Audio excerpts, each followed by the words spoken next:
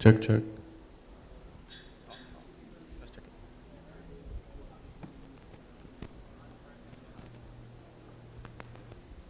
Yes, sir. How are you? All is well. Good, good. Okay, man. Nothing?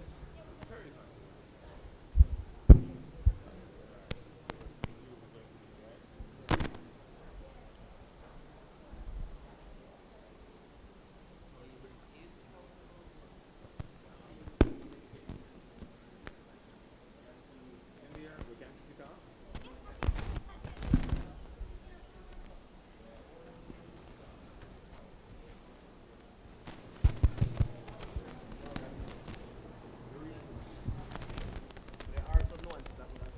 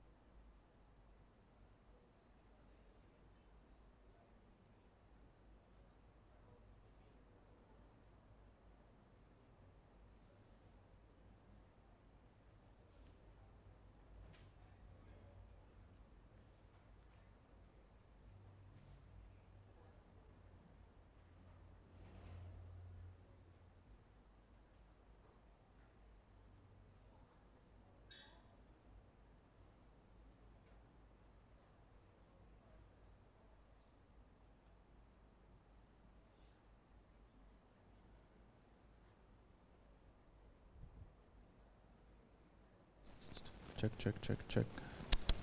Check, check, 1, 2.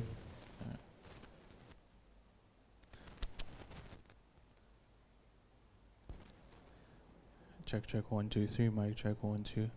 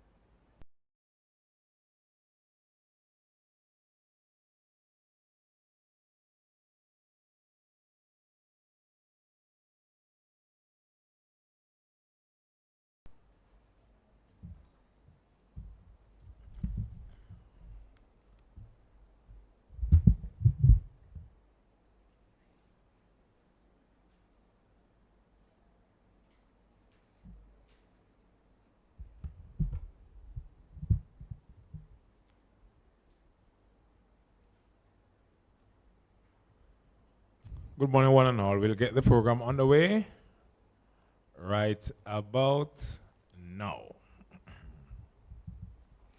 So, Dr. Tomlin Paul, Deputy Principal of the Mona campus of the University of the West Indies, Professor Donovan Campbell, Campus Director here at the Mona Western Jamaica campus, Miss Indira.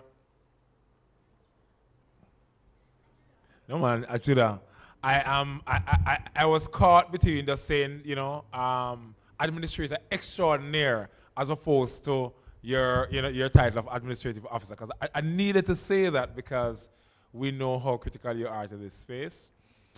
We acknowledge Miss Cindy Andrews, head of our academic support unit, and Miss Carisha Larman. She is student service and student service and development manager for commuting students. We have loaned her for the time being to the Office of Student Financing. Ms. Gray, lecturer here on the campus, or campus chair, Sharoy Campbell, members of his team, other members of faculty, other members of staff, student leaders, parents, spouses, Other family members, students, all, good morning. It's quite a long list, and you're all, or dignitaries. But we are delighted to have you here this morning. Let me say, welcome to the Mona campus of the University of the West Indies. We are truly, truly delighted to have you. Thank you for making the conscious decision to share a significant portion of your Sunday with us. You could have been on the beach somewhere. Parents, you could be cooking some rice and peas, right? You could be at church. You could be doing something else. But you have opted to be here, and we truly, truly appreciate that. In fact, we appreciate more that you have chosen to make the Mona Western Jamaica campus your campus of choice, and the University of the West Indies your university of choice for higher education. We take that quite seriously, and I commit to you that we will treat with your decision with the utmost of respect, because we will guarantee you that having made that choice, we will add value to your child or ward. We know you had options. You know, I was just driving Prof. Campbell, I was coming up and I saw BIMS. It's a school for medicine in the space. We have a number of those throughout the region. We have over 100 higher education institutions across the region, but yet you chose the University of the West Indies, and we thank you for that decision. You know, your decision is well placed, though, because the University of the West Indies, as ranked by Times Higher Education, is the #1 university in the Caribbean. And beyond that, we are in the top 3% of universities across the globe. And that is something to be absolutely proud of. And so when you have chosen the UWI, you have indeed chosen well. We thank you, parents and family members, for the commitment that you have made to your child and ward. Just being here is showing, demonstrating in a real way that you're serious about the education of your child. We know many of you would have spent sleepless nights with them. Many of you have invested lots of resources to include finances in your child. You have been the shoulder on which they have cried many times. You have been that kind of support. You have been the person just urging them to do well, you know, with positivity. And we value that, we appreciate that, and we thank you for the commitment to your child or ward.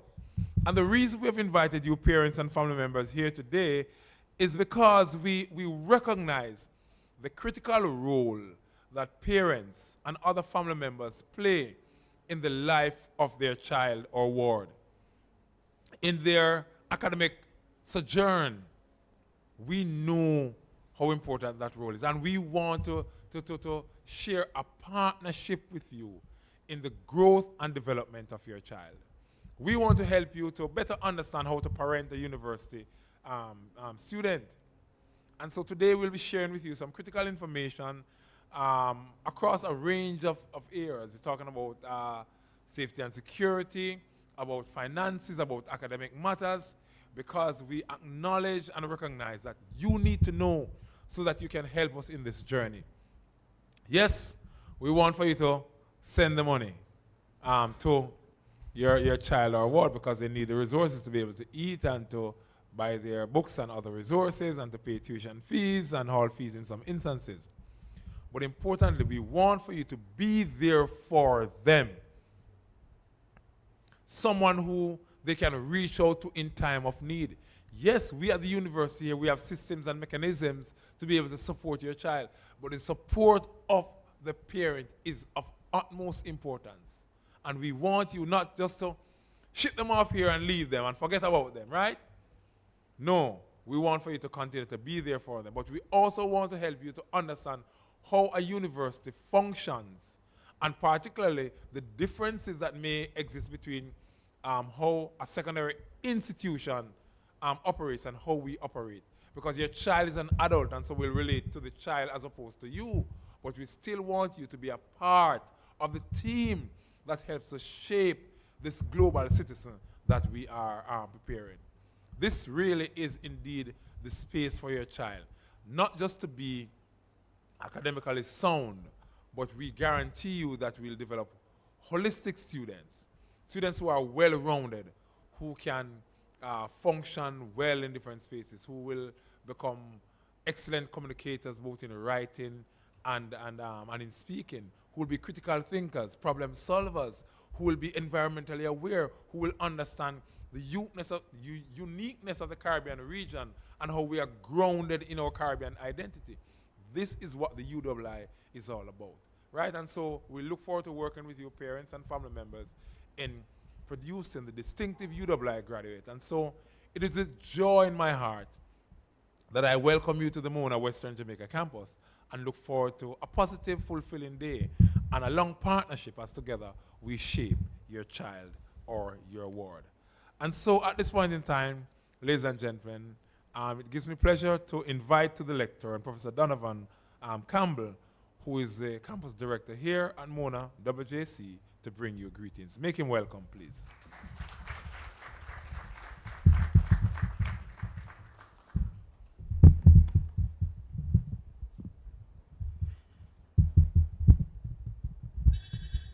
All right, good morning. Good morning. Deputy Principal, Tomlin Paul, distinguished guests, parents, family members, friends.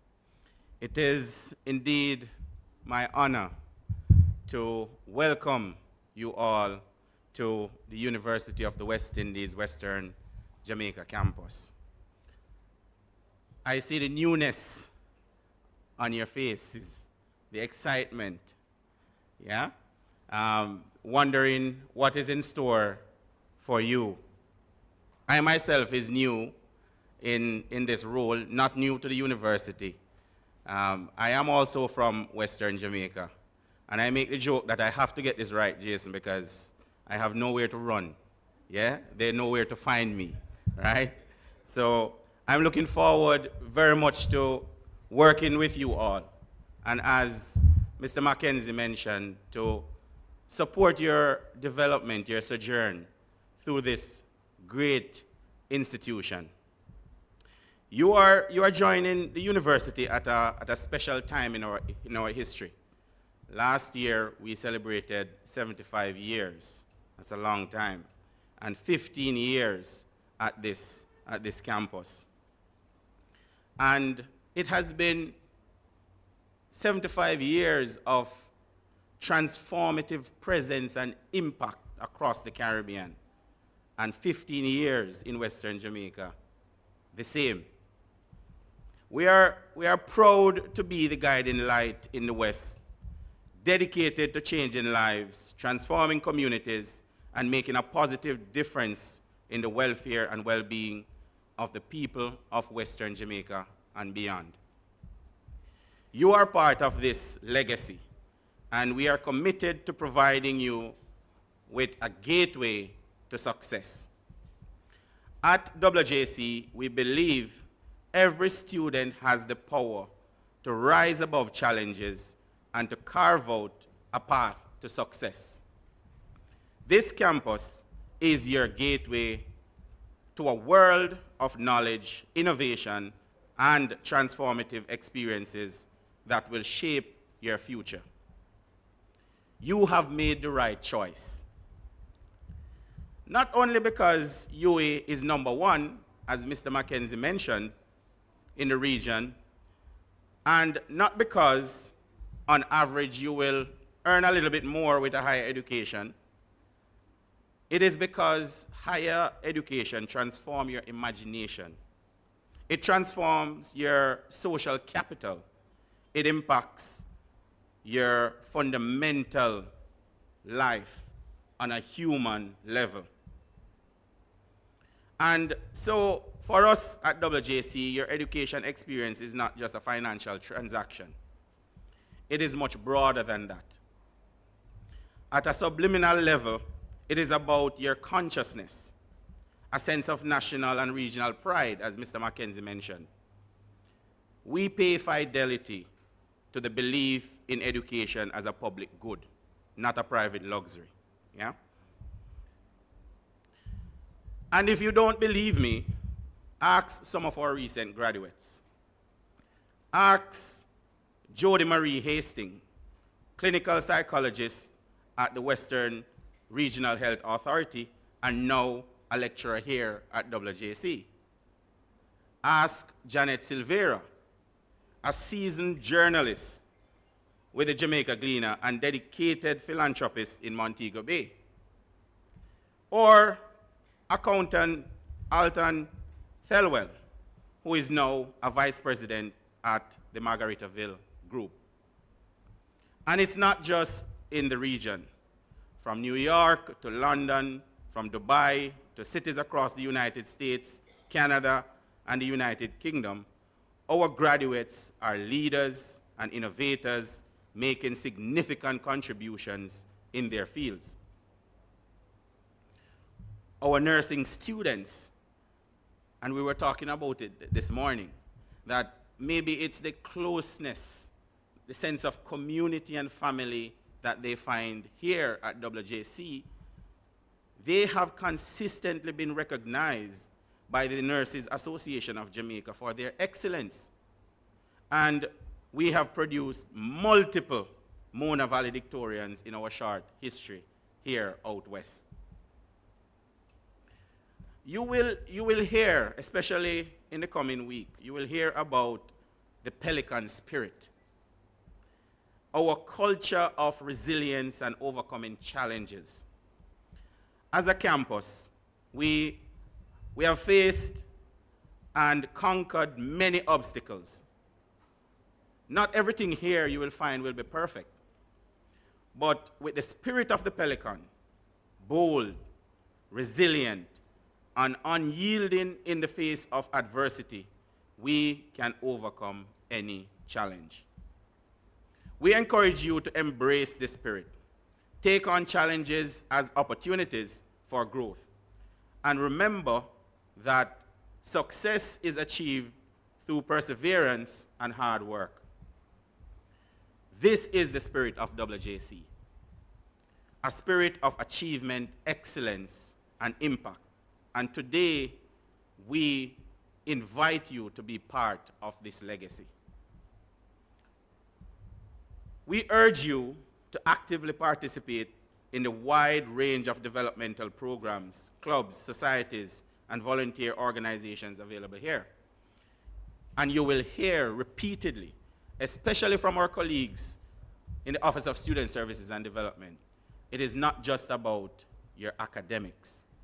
It's about the soft skills, the qualitative side of your development, the well-rounded graduate that we at the University of the West Indies produce. These opportunities will help you to grow personally and professionally, to develop your unique talents and build networks that will strengthen your resilience. The gateway to success is not just about academic excellence. It is about being socially aware, active, and responsive to the needs of our community and the world. Your success here, as Mr. Mackenzie mentioned, is a shared responsibility. Parents, you students, the university staff, we must all work together to ensure that there is a meaningful return on the investment made in your education. Our commitment to you is to uphold the highest standard of excellence, and we ask you to do the same. Remember, we are stronger together, and together we can achieve greatness. And we don't just pay lip service to these things. We walk the talk. Dr. Tomlin Paul studied with kerosene lamp and candlelight and is now our deputy principal. Yeah? So he can tell you about adversity, resilience, and he can teach you about perseverance. Your Student Services and Development Manager, Jason McKenzie, from humble beginnings, defied the odds to become, in my view, the best Student Services and Development Manager in the region. Through his office, you will learn that it is not just about getting good grades, but how you develop the soft skills that will help you to successfully navigate the uncertainties and life surprises that you will encounter in the future. In many ways, our stories, our backgrounds are similar to yours. We once sat in your chair as new students entering the university. This affords us a unique opportunity, and this is why I'm spotlighting it, because it allows us the opportunity to connect and relate to you, our students, on a human level.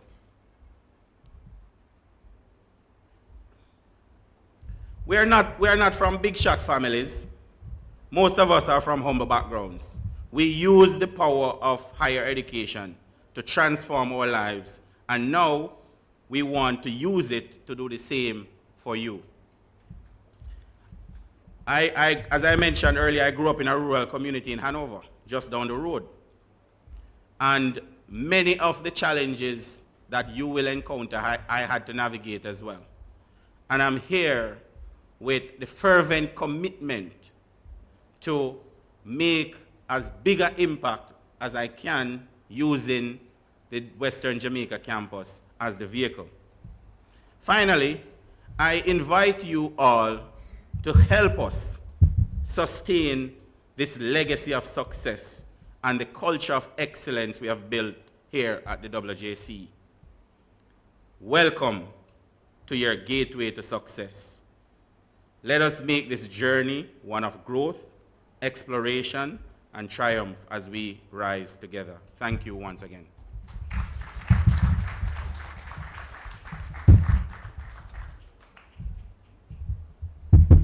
Keep the applause going, man.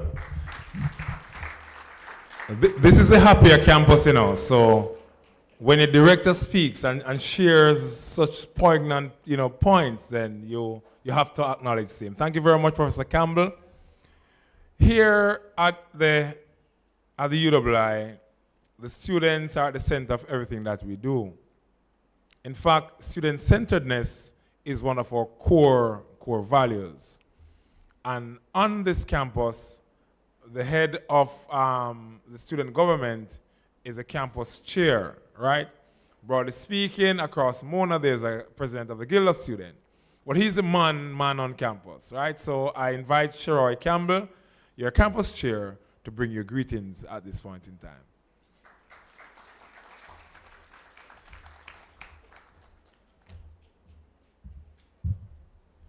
All right, good morning, everyone. Oh man, we can do better than that. As Mr. McKenzie said, we're the happier campus for a reason. So come again, good morning, everyone. Good morning. A little bit better, I'll take that. All right, so it's an absolute pleasure as I stand before you today as the campus chair. First and foremost, let me just extend a warm welcome to everybody on behalf of the WJC family. I know they said that today's family and parent orientation, but you're giving them over to a new family now, So don't worry, they'll be in good hands. This moment marks the beginning of an exciting chapter in your lives.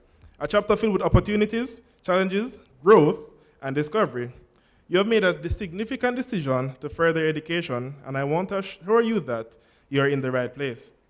Our campus is not just a hub of academic excellence, but also a community where you'll form long-lasting friendship, develop your talents, and build your foundation for success. As you settle in, remember that this experience is more than just attending lectures and passing exam. It's about immersing yourself in the full university experience. Get involved, do something, join a club, join a society, any little thing to just make sure that you're a well-rounded student. Where we are. The connections you make here and the experience you'll gain will not only shape your academic journey, but also your professional life. Today is the first step in adventure that will take you places you'll never dreamed of. So let's make the most of it. Embrace opportunities, learn from the experiences, and don't forget to enjoy the ride.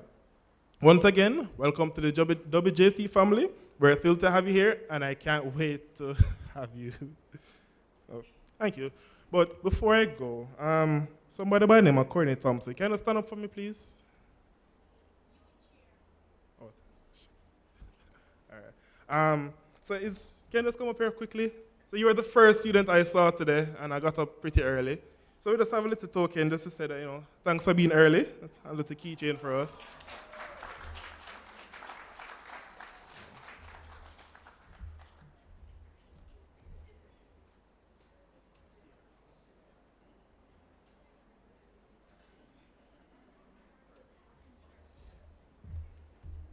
So before I go, they want, to show you guys the spirit and the vibe, to have our little UWI chant. But I think there's a better person to do this, and that's our senior secretary also, our RA, Sashane Smith, just to do our UWI chair. I just welcome her as she comes up.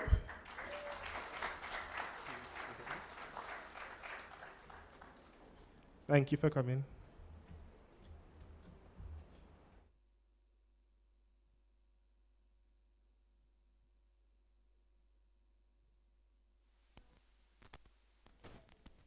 Mic check? Okay. I don't do well with surprises, but I'll see how best we can do this. So, all my proud pelicans, we have a small chair that we do here, and it just goes something like this. I say Yui, Yui, Yui, and you answer and you say oi, oi, oi. Right? It's not bad, it's simple, right? So I'm gonna do it one time for you and then we'll try. So it's Yui, Yui, Yui, oi, oi, oi, Yui, Yui, Yui, oi, oi, oi, Yui, Western, and then we say Yui, Western Campus. So it sounds way better, and I just did it. So we'll try one time, no cameras, please, because, after the second attempt, we'll do it again. All right, so Yui, Yui, Yui. No, man, hold on. Ooh, I like this. All right, let's start over. Yui, Yui, Yui. Yui, Yui, Yui. Yui. Yui. No, you see, that's why I did not want any cameras, because, all right, but that's fine. So we go Yui, Western on the third Yui, and then Yui, Western, Jamaica Campus. So it sounds like everybody eat this morning, and I just love that. So we'll just do it one last time. No, we get the cameras. All right, let's go. Yui, Yui, Yui. Yui, Yui, Yui. Yui. Yui. Yui. All right, no.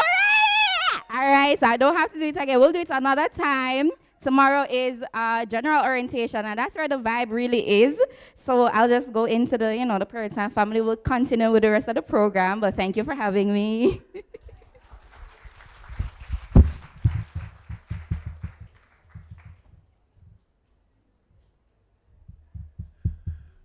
WJC is a gift that keeps on giving. I see somebody got a token, and then we're giving you sachet, and then who knows what next you will receive. But one thing for sure, we'll continue to give you information. We'll provide a beautiful education. That's a lovely gift, You couldn't ask for a better gift, not you? Absolutely. And that's the point that Prof. Campbell was making in his presentation, and what that can do for you throughout the global space. We have with us this morning our Deputy Principal, and he will share a kind word with us this morning. So may I ask that you invite and welcome Dr. Tomlin Paul to the lectern to share a word with you.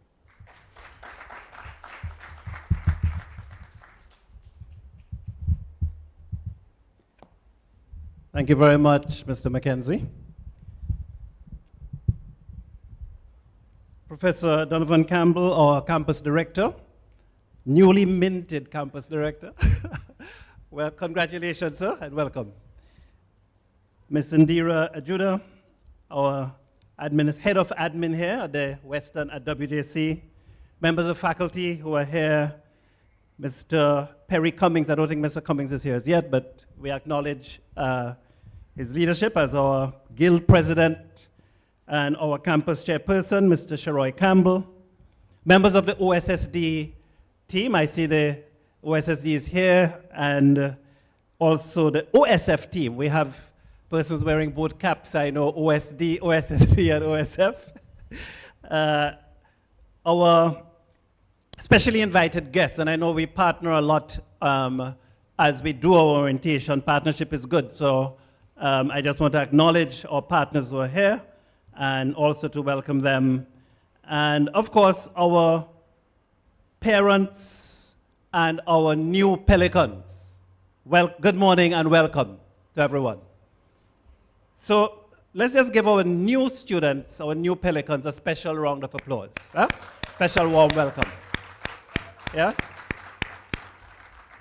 And you know, I want to say that I bring greetings also on behalf of our campus principal, Professor Denzel Williams, who sends his greetings to you. You will see him at matriculation ceremony. He'll be giving you a special word there. And having heard Professor Campbell and Mr. Mackenzie and Mr. Campbell speak, I feel there isn't a lot more for me to say, maybe just the benediction. It's Sunday morning. Huh? But you know, oftentimes when the pastors go up to preach and they say, well, the last word, benediction, they go on for a little while longer, right? So you'll give me a few minutes to say something. But it really is an honor and a special privilege to welcome our new students and our parents and family and I say well-wishers, because I know sometimes you may not have your parent here or a direct family member, but you have a pastor who helped you or somebody who has been guiding you as a student, and they might be here this morning or they might be out there, not here, but still we recognize that old saying, it takes a village. And so we recognize and welcome all who have been involved in your achievement to have made it here to UWI, to the UWI Western Jamaica campus. And this is, let me say, this is a special campus for the university. I always enjoy the cool breeze of WJC, but I also enjoy the familial warmth that is here at WJC. For many years, I have had myself good reason to be involved with WJC. I was Dean of the Faculty of Medical Sciences, and the nursing program and the medical program came under that faculty. And so I was often here working with our students. And I realized how much of a family spirit WJC has.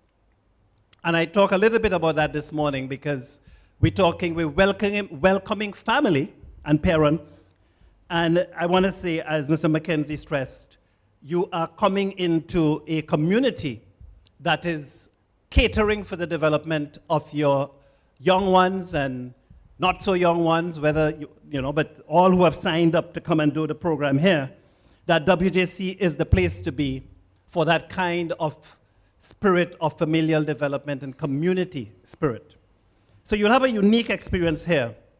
And when I think of family, I want to say a little bit of my own reflection on that.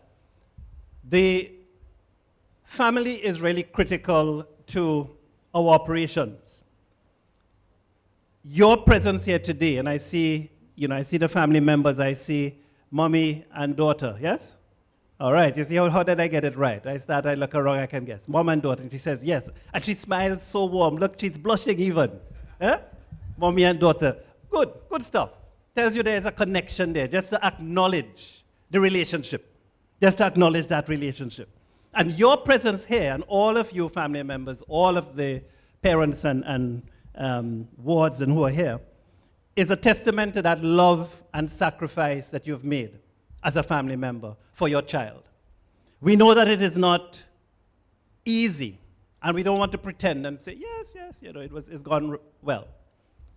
I remember when I was coming to university many years ago, but my journey coming into university, like this morning experience, and I think back about what did my family do for me when I was coming to university? Where was my family? And I thought about it as I looked at the theme and looked at what we're doing this morning. And I can remember a few things that were happening at that time. So my mother was packing my suitcase. So I came from outside of Jamaica, right? I don't know if you can guess the accent. You can guess it? She says yes. What is the accent? Where did I come from? Guyana. Huh? Close. Close. Trinidad and Tobago. But coming to the university, my mother was there. She was packing I talk about that a lot because it symbolized something very special for me. 2 big suitcases she packed. And I think my mother wanted to pack everything in that suitcase. She would have come herself in that suitcase if she could. Yeah? So there was pot, pan, Maggi soup, Quaker oats, oil, clothes, pajama, candle, you name it. Everything was there. They were very heavy suitcases when I landed on the campus. My brother, my older brother, I remember went to Scotia Bank. I remember these little things well. And he had just started working. And he got a bank draft. He got a bank draft for me. I think it was about $300 US. Lot of money that time, you know. Lot of money today still. Don't underestimate, right? You say, well, 300 US? No. But he got a bank draft for 300 US and said, take that, brother, and go with that. Yeah? And I felt all of that was the expression of familial love and support. He made his little sacrifice, went to the bank, got his money. And my father was there playing his usual role, guiding and giving words of wisdom and praying hard for me. Family prayed, but my father was always the prayer leader in the family. And giving his words. I spoke 2 days ago and said, my father always told us, and even when I was leaving, he said, son, remember, silver and gold may soon pass away, but you know the rest? A good education will never decay. You know, I always thought that my father made that up himself. And then I realized, like, everybody saying it. You see how special it was? Because the connection was there. I thought my father, that was his original words. But he said it so much to us that it has remained as a beacon, as a calling light, as a lighthouse of wisdom for us in the family. And then my sister, who was a seamstress, was sewing shirts for me to come to school with. So she put some of the clothes in that suitcase was sewed by my sister. But I make the point that that's what family is about. Even when resources are low and limited, we do something for each other. We are connected and we're supporting. It might be, don't underestimate the power of words, support. Don't underestimate your presence. Listen, just by coming this morning, parents and wards, just by being here this morning is a strong contribution to your child well-being. You're here, you're present. I always tell people, do not underestimate the power of presence. It speaks a lot. You're here. So, you have your family that you're coming from, and you can tell me your own story like I'm telling you mine this morning. But I also want to say that the University of the West Indies in itself is a family. Is a family. And Mr. Mackenzie, I think, highlighted that very well. We have in this family academics, we have lecturers, we have programs that we deliver. This family, you know, is about education and upliftment. So we have over 200 programs in this family. We have what we call faculties. A faculty is a group of lecturers and administrators who come together to deliver a program or a set of courses. And we have over 7 faculties that distinguish themselves across the board, right? And you're joining one of those faculties and one of those programs as students. So our university at heart is a community. It's a family. Western Jamaica campus is a family of the family. Family have, you know how family go? Cousin, brother, sister, uncle, nephew, auntie, etc., right? And you ever meet somebody who they say, but wait, we are family. Prof. Campbell, we look alike a little bit, you know, we might be family. You know, you get that. You say, but you look just like my brother, sister, father, uncle. Must be related. Within the UWI family, we have that kind, we're so, you know, it's a big family. So we have relationships across faculties and programs. We have a campus in Trinidad, one in Barbados, one in Antigua, and we have a global campus, family. And so you're entering, as you put your foot in this family at WJC, you are entering also a bigger family that will be taking care of you and looking after you. And that family comes with a set of values and a set of, you know, you're going to, in my days come back, my father would say to me, don't do that or do that. We had some values. As I talk, I remember, another thing he used to say is, neither a borrower nor a lender be. My father never liked us to, you know, he said, get your own stuff and be resilient. Be, you know, build your capacity. And so we have values. One of them is student-centeredness. You heard it from Mr. McKenzie. So we care about our students as a number one priority. So mommy, daddy, uncle, if you're here, auntie, you have the assurance that we will take care in this family of your child or your ward. So we want to, this morning, celebrate your entry to the UWI family. And as families come together, because we're not, it's really a wonderful celebration, almost a kind of marriage of sorts. As families come together, we expect bigger things to happen. Because the work that you have done and you will continue to do with your child will support the work that we are going to do. So I want you to keep your vision as a family for your child and share that vision with us, one of success. We have a program, it's certainly from my office as deputy principal, it's a flag that I fly high, and I want to continue to fly it higher and higher and higher. And we have a lot of support for that and a lot of collaboration across the university, and that is the goal of student success. Student success. We have the academic success unit here this morning. We have Mr. McKenzie is an advocate for student success. Prof. Campbell, I know this is a big thing for WJC, student success. And the success that we would like, as I close, that we'd like to see coming out of the family, your family and our family, that partnership in families, the success that we'd want to see is one that is holistic. So I don't believe, I tell you, I am not an academic and a deputy principal who believe that it is only about the grades and it is only about the GPA, right? I always say to people, do your best. What I want you to do is give me your best effort and your best performance. Be strategic. Know how to work. Learn the tools of the trade. Learn the strategies. Learn how to learn even better. And get your best grade. Your best grade is your best grade. There's some courses I did at university that I didn't get A. I failed, and I had to repeat, and then I passed. That's okay. But I did my best. Even when I failed that course, I did my best. So give your best and keep growing and growing and growing and growing. When you fail, it's not about, in fact, the word fail is something we need to talk about one day. It doesn't really mean that, you're no good, nothing good has happened. Let's take that word fail out of it. That was your first trial. The next time you try, you got a better grade. And we have some cut points. You say, all right, that's good. We'll tick the box now.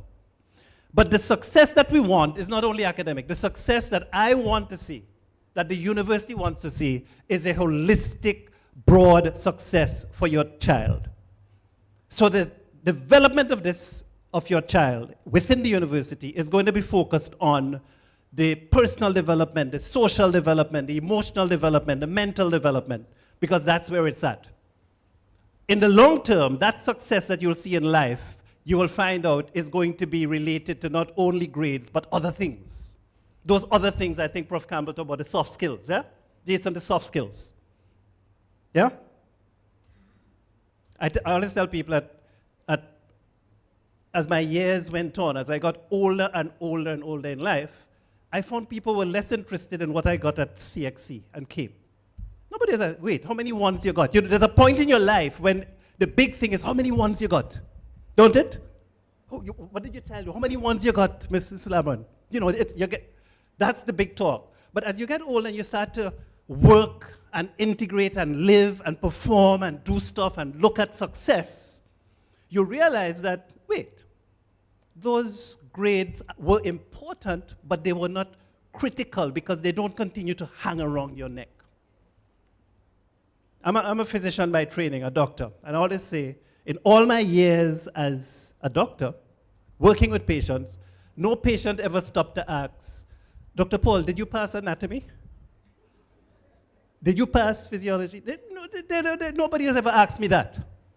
I give them the best service, right? And they come back again, they think, Doc, you're a good doctor. I'll work with you. So don't underestimate me. Don't go and get poor grades now, you know, right? Prof. Campbell, you're right. I don't want your students on your campus like this. What I'm saying. Do your best. I want to hear when the grades are good too. But I want you to focus on saying, I am going to be the best person. I am going to be the best individual. I'm going to give my best in a total, holistic way as I go forward in this university. And that's where the family comes back. Families there, family here. UWI family, your family.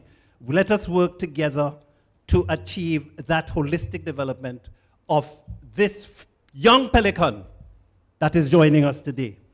So I welcome you, welcome you, welcome you. Welcome your parents to the family. It's important that you're here this morning, and those who are not here might be listening online or looking at this online. Welcome to you. Those who are not here, you know your neighbor has a child. Spread the word that this is a family connection that we have here at the university. And you must continue to partner with us and encourage your children to stay engaged, stay connected, and share in the success and challenges that lie ahead. Welcome to the University of the West Indies, Mona Western Jamaica campus. Thank you.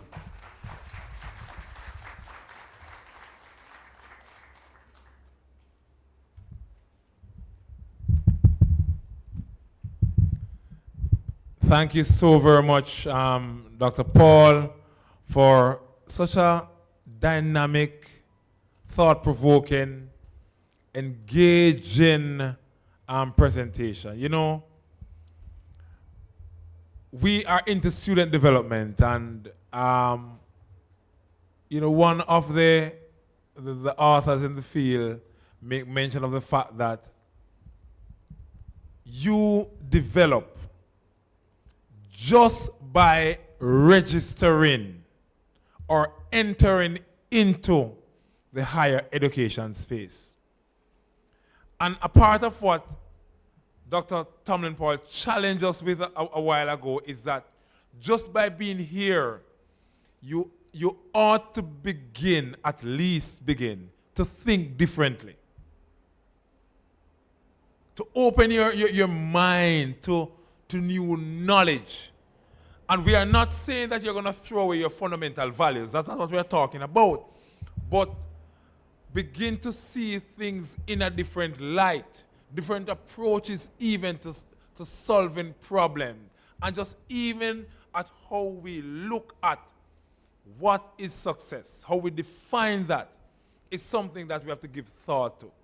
But we challenge you as students because another of our fundamental, core values is that of excellence.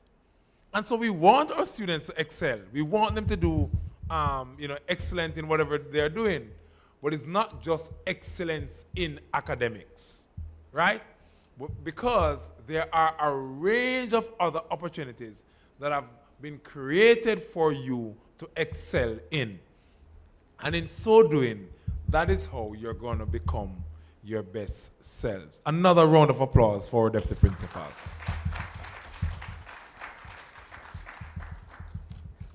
So, you know, my grandmother would say you hear it from the horse's mouth, Prof. Campbell, you know.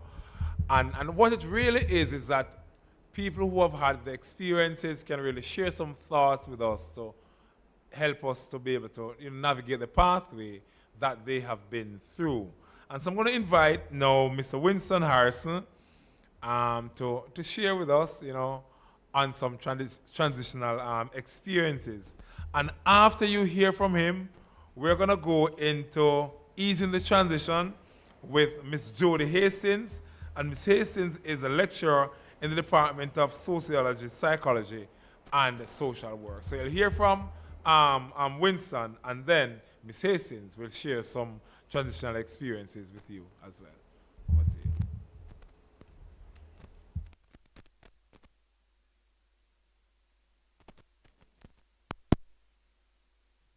Members of staff, parents, students, everyone in attendance, a pleasant morning to you all. I'm Winston Harrison, and I'm here to speak about students' transitional experiences.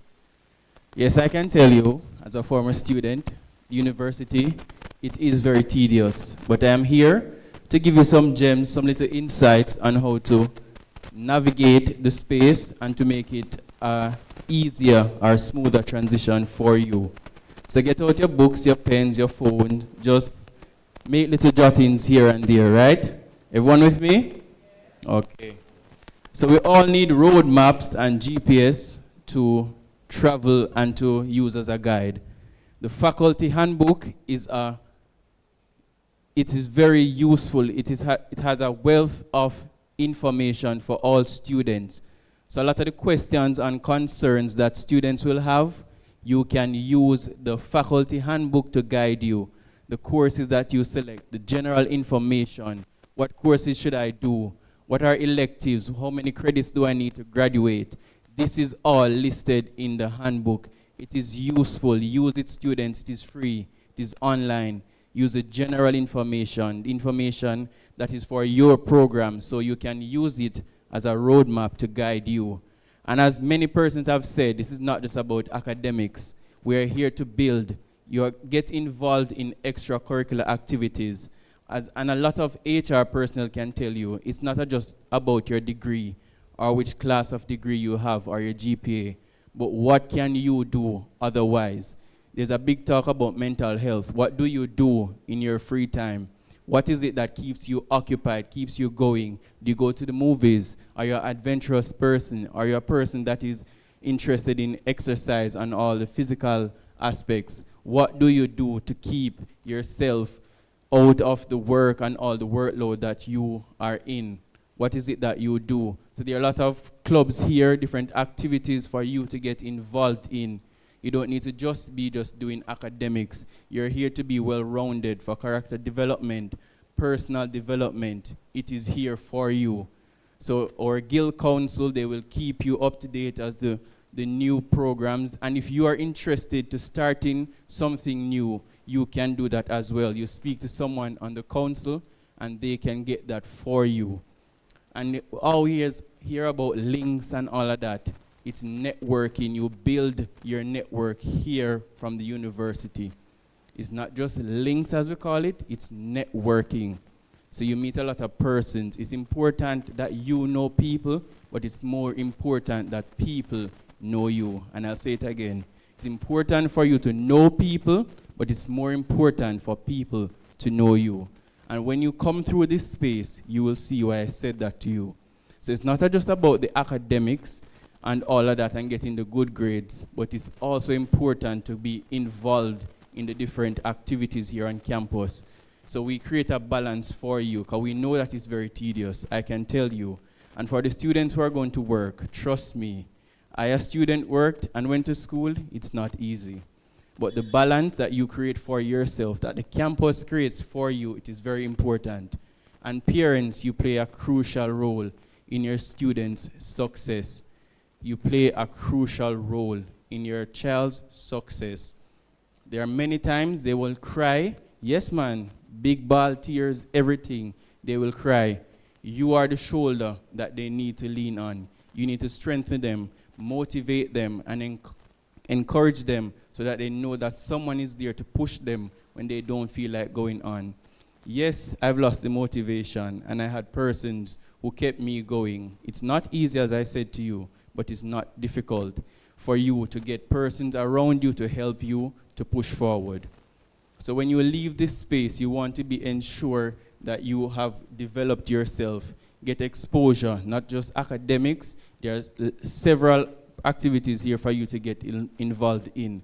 So come to this campus and you will build yourself. This is the Western Campus, the happier campus, the place for you to find your bold right here at the Western Campus. So at this time, I'd like to invite Malik and Iprem to come and collect an item. Is Iprem still here? You can come.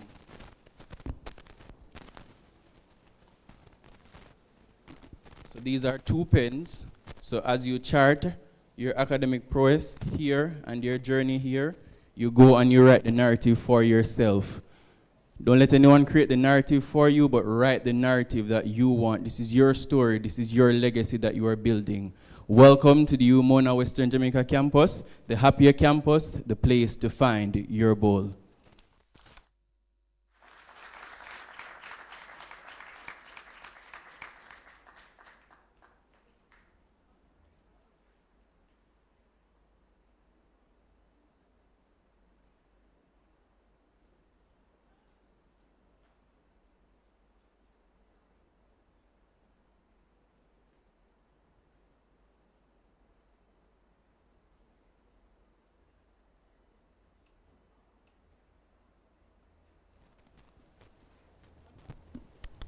All right.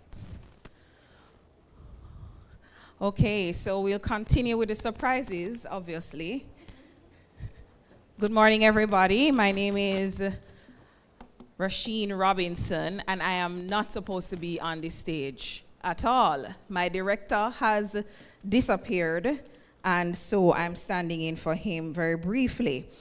So welcome officially from me to the happier campus, the calmer campus, and okay. I hope that you've been having a good time so far. I hope the information is helping you to just confirm that you've made one of the best decisions for you and your family, which is an investment in higher education. So as we move to the next person, Miss Hastings, is Miss Hastings here? Yes, okay, she's here. And she's going to be discussing easing the transition and what that looks like, right? We don't take it for granted that there are a number of things to consider as you move from wherever you're coming from, whether it is high school, community college, or even if you took what we call a gap year. I think that's what our, well, let me not say our generation. I think that's what it's still called, a gap year, where you probably do some exploration and decide what it is that you really want to do, or if it is that you just needed to strengthen the earning power a little bit so you would have been able to afford your higher education, that step into higher education.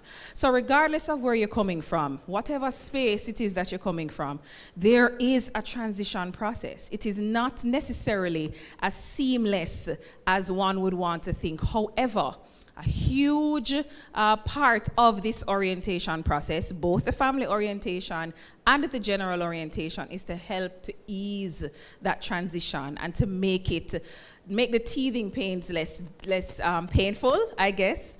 And you get everything that you need, all the tools, all the resources, so that you can transition well, transition strong.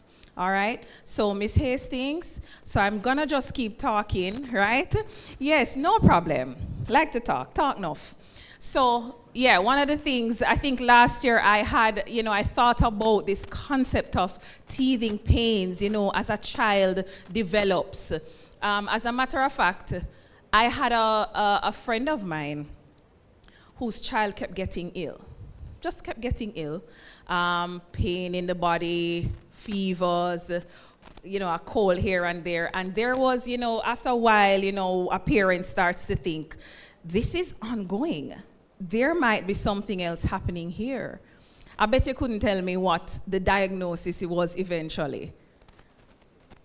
What do you think was happening to the child? What happened? Yeah, I never know say something go so. Any doctors in the building? I don't want to be telling no lie. But eventually, the child was diagnosed with growing pains. And I didn't even know that that was a thing. physically, apparently that can happen to children, Mr. Mackenzie, that as they are growing, right? Sometimes I think my children, they go to sleep and they wake up and there's an inch on them and I'm just taken aback. But there are growing pains. But even as parents, you try to do the things, whether it is through the diet, through the activities, through carrying them to school, to church, whatever it is, you try to create an environment for them to grow well, don't it? And it's the same thing that orientation does. We try to create an environment for you to transition well without too many teething pains, right? Guys, do I keep going? Yes? All right, no problem. All right, so as it is, as you continue to go through today, and students who are here, as you go into the rest of the week, I want you to lean in and lock into your faculty orientations, because after today, which is really for the parents, you know, trying to think about and expand your idea of how it is that you're going to support and provide a healthy environment for the university life, right? Not just the first year, not just the first semester, but the time at university, and maybe thereafter. I think the age of support changed now, don't it? It's not 18, it's now? Woo! Yeah, 23. So you can't escape, right? And then for the students now, our new Pelicans, general orientation tomorrow, and then your faculty orientations into the rest of the week are going to be extremely critical to equipping yourselves with all that you need, or maybe most of what you need to transition well. All right? So I do wish you all the very best as you go through the rest of today and tomorrow, your general orientation, and into the rest of the week. Yes? If there are any questions that you have, we can take a few questions now. Please do not ask me anything about the bursary process, and do not ask me anything about paying. I can get somebody maybe to answer that, right? But if you have any questions about what you have heard so far, the information that you have received thus far, we can answer some of those. Any questions yet? So all the presenters have been absolutely crystal clear. You feel, you know, you're on your way. Yes? Good? All right, perfect. So let us make welcome Miss Jody Hastings. She's a lecturer in the Department of Sociology and Psychology. Sociology, Psychology, and Social Work.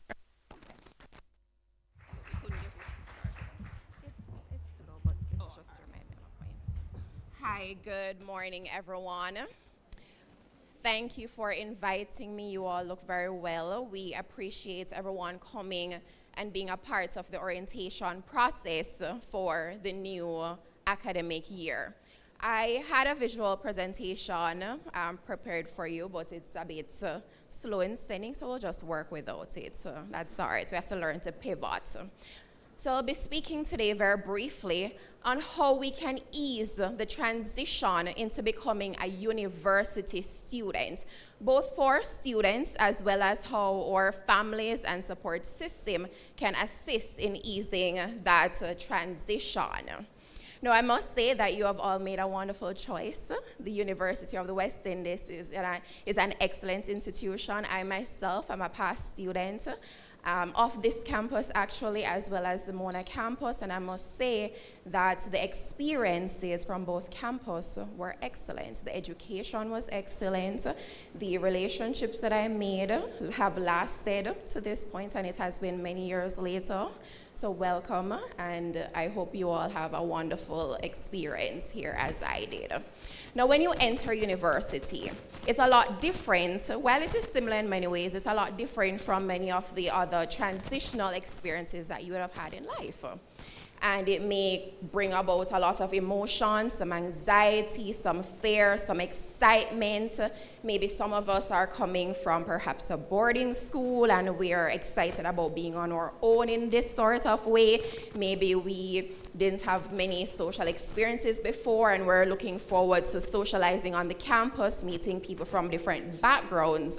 And it can bring about a whole lot of emotions for us. And one of the big things is we find that students can become quite overwhelmed. Because it can be a lot. So let's just be fair. It can be a lot. You're in a completely new environment. You now feel more like an adult than you have before, despite some of us being a little bit older. The responsibilities and tasks are quite different from what we would have had before.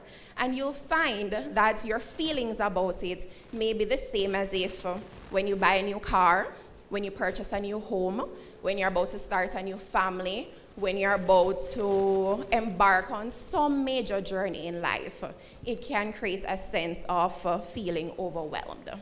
And some of the challenges that students commonly face, for one, living independently. Because many students, up until this point, you would have been living with, would have been living with parents, family, whoever, guardians, whoever it is. But you are now responsible for yourself in such a way you have to do your own laundry. You have to cook for yourself. You have to go grocery shopping for yourself. You have to do so many things for yourself. And we don't recognize how much of a challenge, how much of a task that actually is, on top of all the other things that you have to do on campus on a daily basis. You also have to study independently. Many of us, we no longer have mommy and daddy to say, have you completed that assignment? Thank you.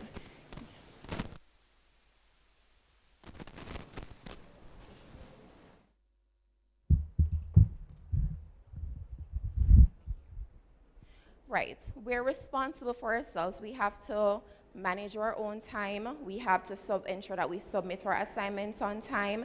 There's nobody necessarily to stand over us to say, you have a test next week and I still have not seen you take up a book. When are you gonna start to study for it? You have to be responsible for yourself, and that can create a lot of challenge, especially when there's so many other exciting things around us that are happening that draw attention in different directions. So that's a bigger responsibility than what we actually realize.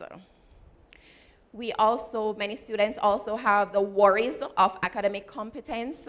So I'm now going to this fabulous university. Do I have what it takes to do well? What if my grades are not so excellent? Am I as smart as the other students in the class? Many students have these worries. And I find that we oftentimes worry more about failing than we actually do about success. Make sense? We worry a lot more about failing than we do about success. We also have the challenge of establishing new networks. Because many people will tell you, and I've heard this even as students, that the connections and networks that you form at university are some that will carry you through the rest of your life. And I'll say that it is true. So you may be concerned, am I even making the right connections? Am I speaking to the right people? Am I engaging with the right people who can assist me when I leave university, when I'm to find a new job? What if I don't make the right connections? It's not like I can go back to the campus and meet a new set of people all over again after I've graduated. And these things, as I said, can create a lot of angst. Now, many of us are not fresh out of high school. Some of us have been in the work world. Some of us have families of our own. And it can be particularly difficult to strike that balance. I say to people all the time, we do not exist in isolation. We exist in different spaces and we play different roles to different people. So to somebody, you're a mother, you are a daughter, you're a wife, you're a husband, you are a sister, you are somebody who is responsible for somebody.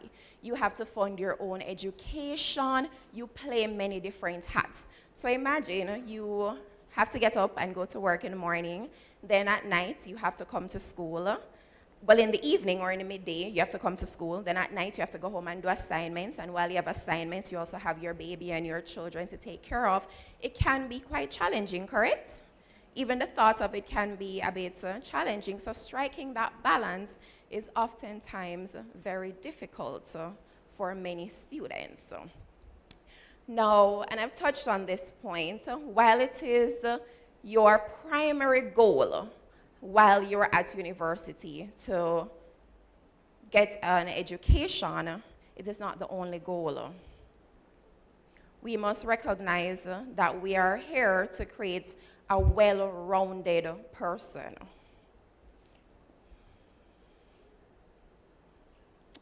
We're here to create a well-rounded person. There are other parts of ourselves that also need to be attended to, that need to be cultivated while we're at university.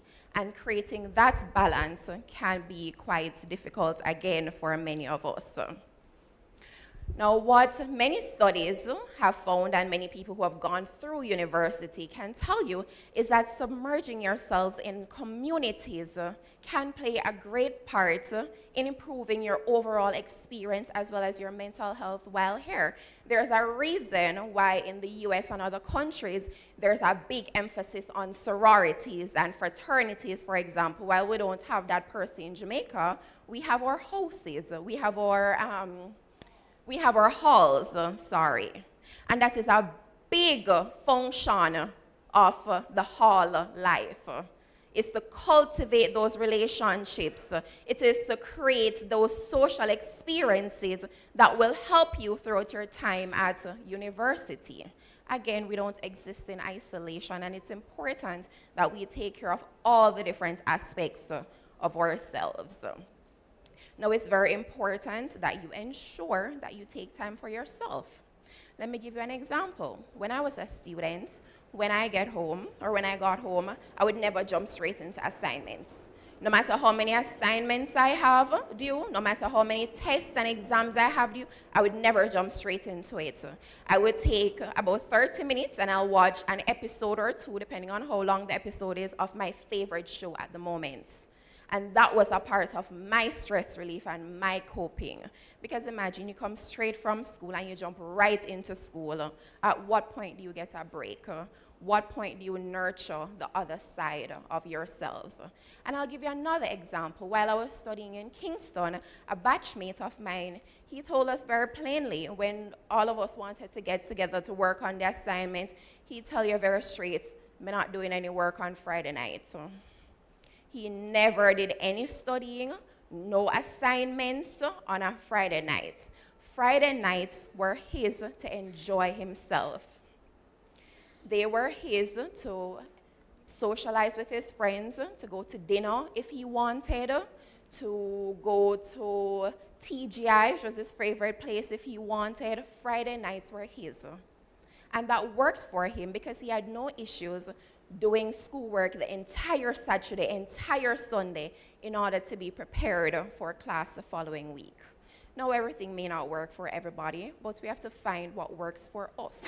And those are some of the things that worked for us. So you have to take that time to focus on yourselves. Now, let's be very practical, very specific. How can we care for ourselves to ease that transition into university? Firstly, you have to slow down.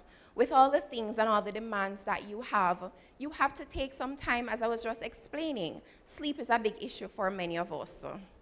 We believe that while sleep can sometimes be a little bit, because of all the other things that we have going on, we have to ensure that we actually sleep.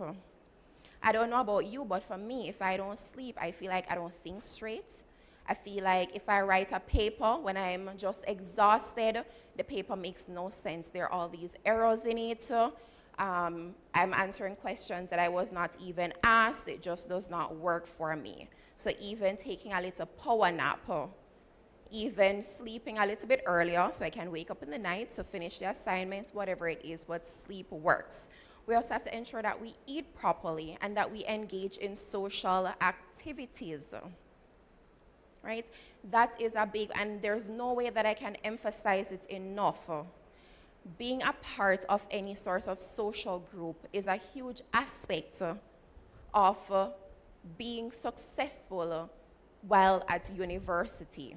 We also have to set boundaries. So let me give you an example. You're a working student and your boss says to you, can we just have a quick meeting at 7 p.m.? It won't take very long.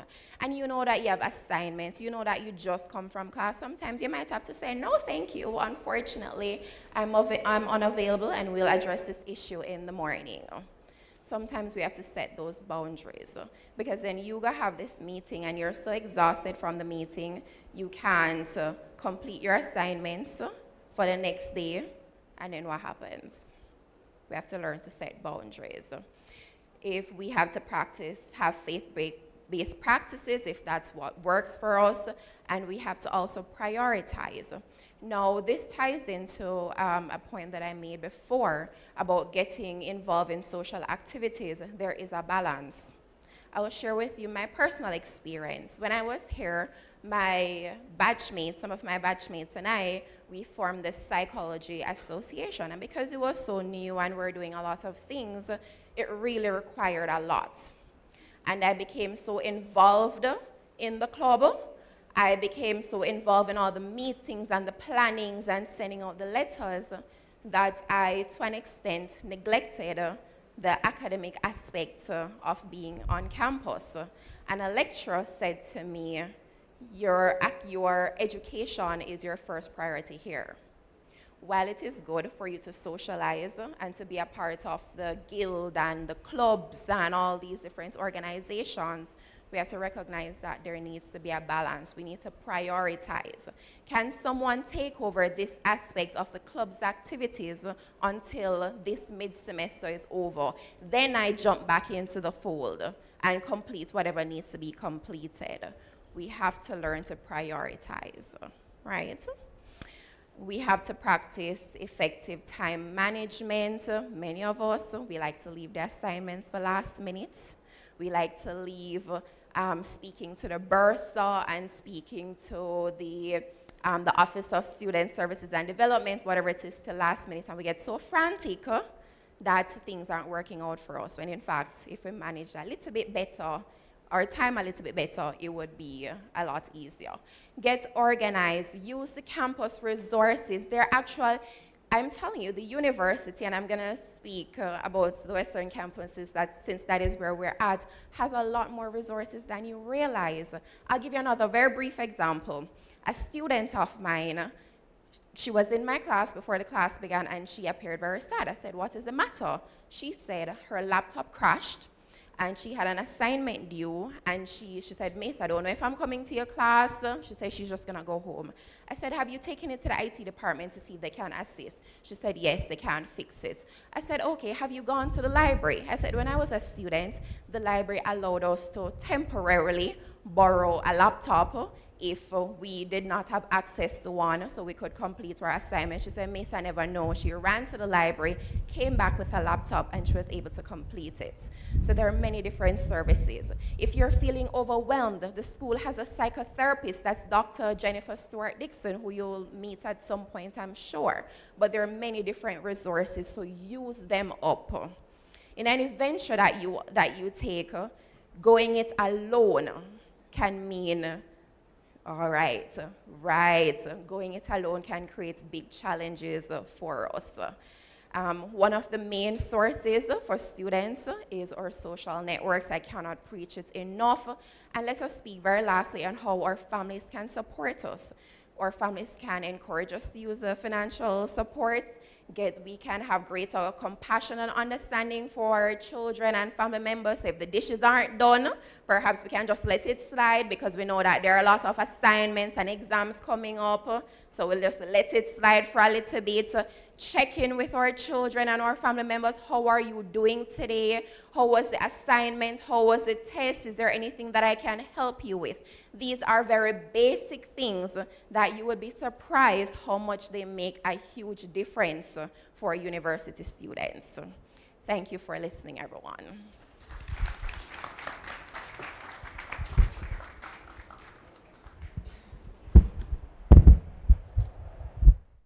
No, man, you can't do better than that, right?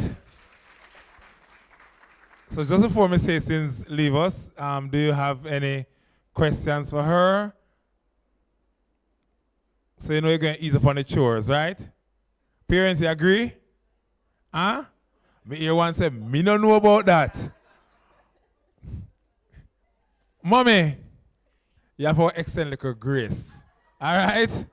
Yes, because me know you benefit from grace, you know. And you love God's grace, not true? Oh, yes, so you have to give her some grace, all right? Any other questions for Ms. Hastings? Thank you very much. Another round of applause for her, please. So now we're going to transition right into academic matters because we're moving swiftly ahead, right? So we'll have the tag team of Mrs. Veronica War-Brown. She's a lecturer at UWI, yes, the School of Nursing, and Miss Nikisha Gray, who has been up front looking very florally all morning. And she comes to us from the Mona School of Business and Management. Put your hands together, ladies and gentlemen, for this tag team as we explore academic matters. Thank you so much. Good morning, everyone. Sound like we didn't have breakfast this morning. Good morning. Sound a little bit better, but maybe you need a little coffee. All right, so it's good to see your happy faces, and it is our pleasure to welcome you to the UWI Western Jamaica campus. I am Veronica War-Brown, and with me is Nikisha Gray. Okay, good.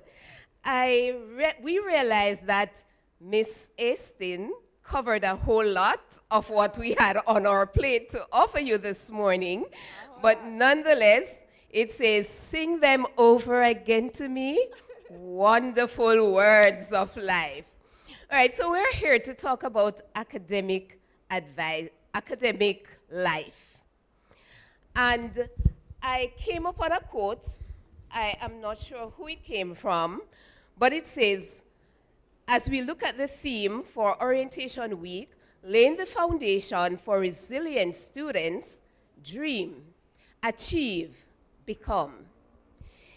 The saying goes, the poorest of persons are those persons without a dream. The most frustrated person is that person with a dream, but does not make that dream a reality.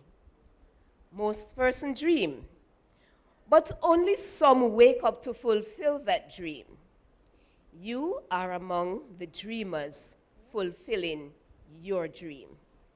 So we want to congratulate you, both students and parents, for this milestone that you have made in fulfilling a section of your dream.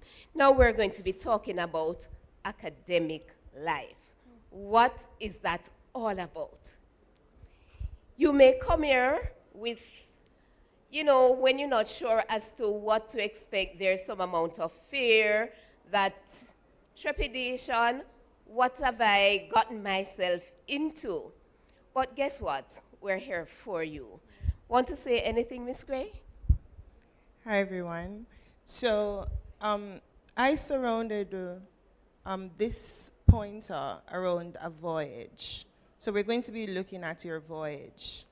When you're going on a voyage, you're expecting to have calm seas, but if we're going to be honest, we're also going to expect what? Yeah. And my students are at the back. We have the volunteers are in blue. And all of those students, they have maneuvered, right? Or they are maneuvering, okay? So it's doable. I'm going to look at, Ms. Hastings would have looked at time management. It doesn't matter which method you're using. There's the Pomodoro technique. I personally use that for my kids. I have quarter dozen, as I said to people, right?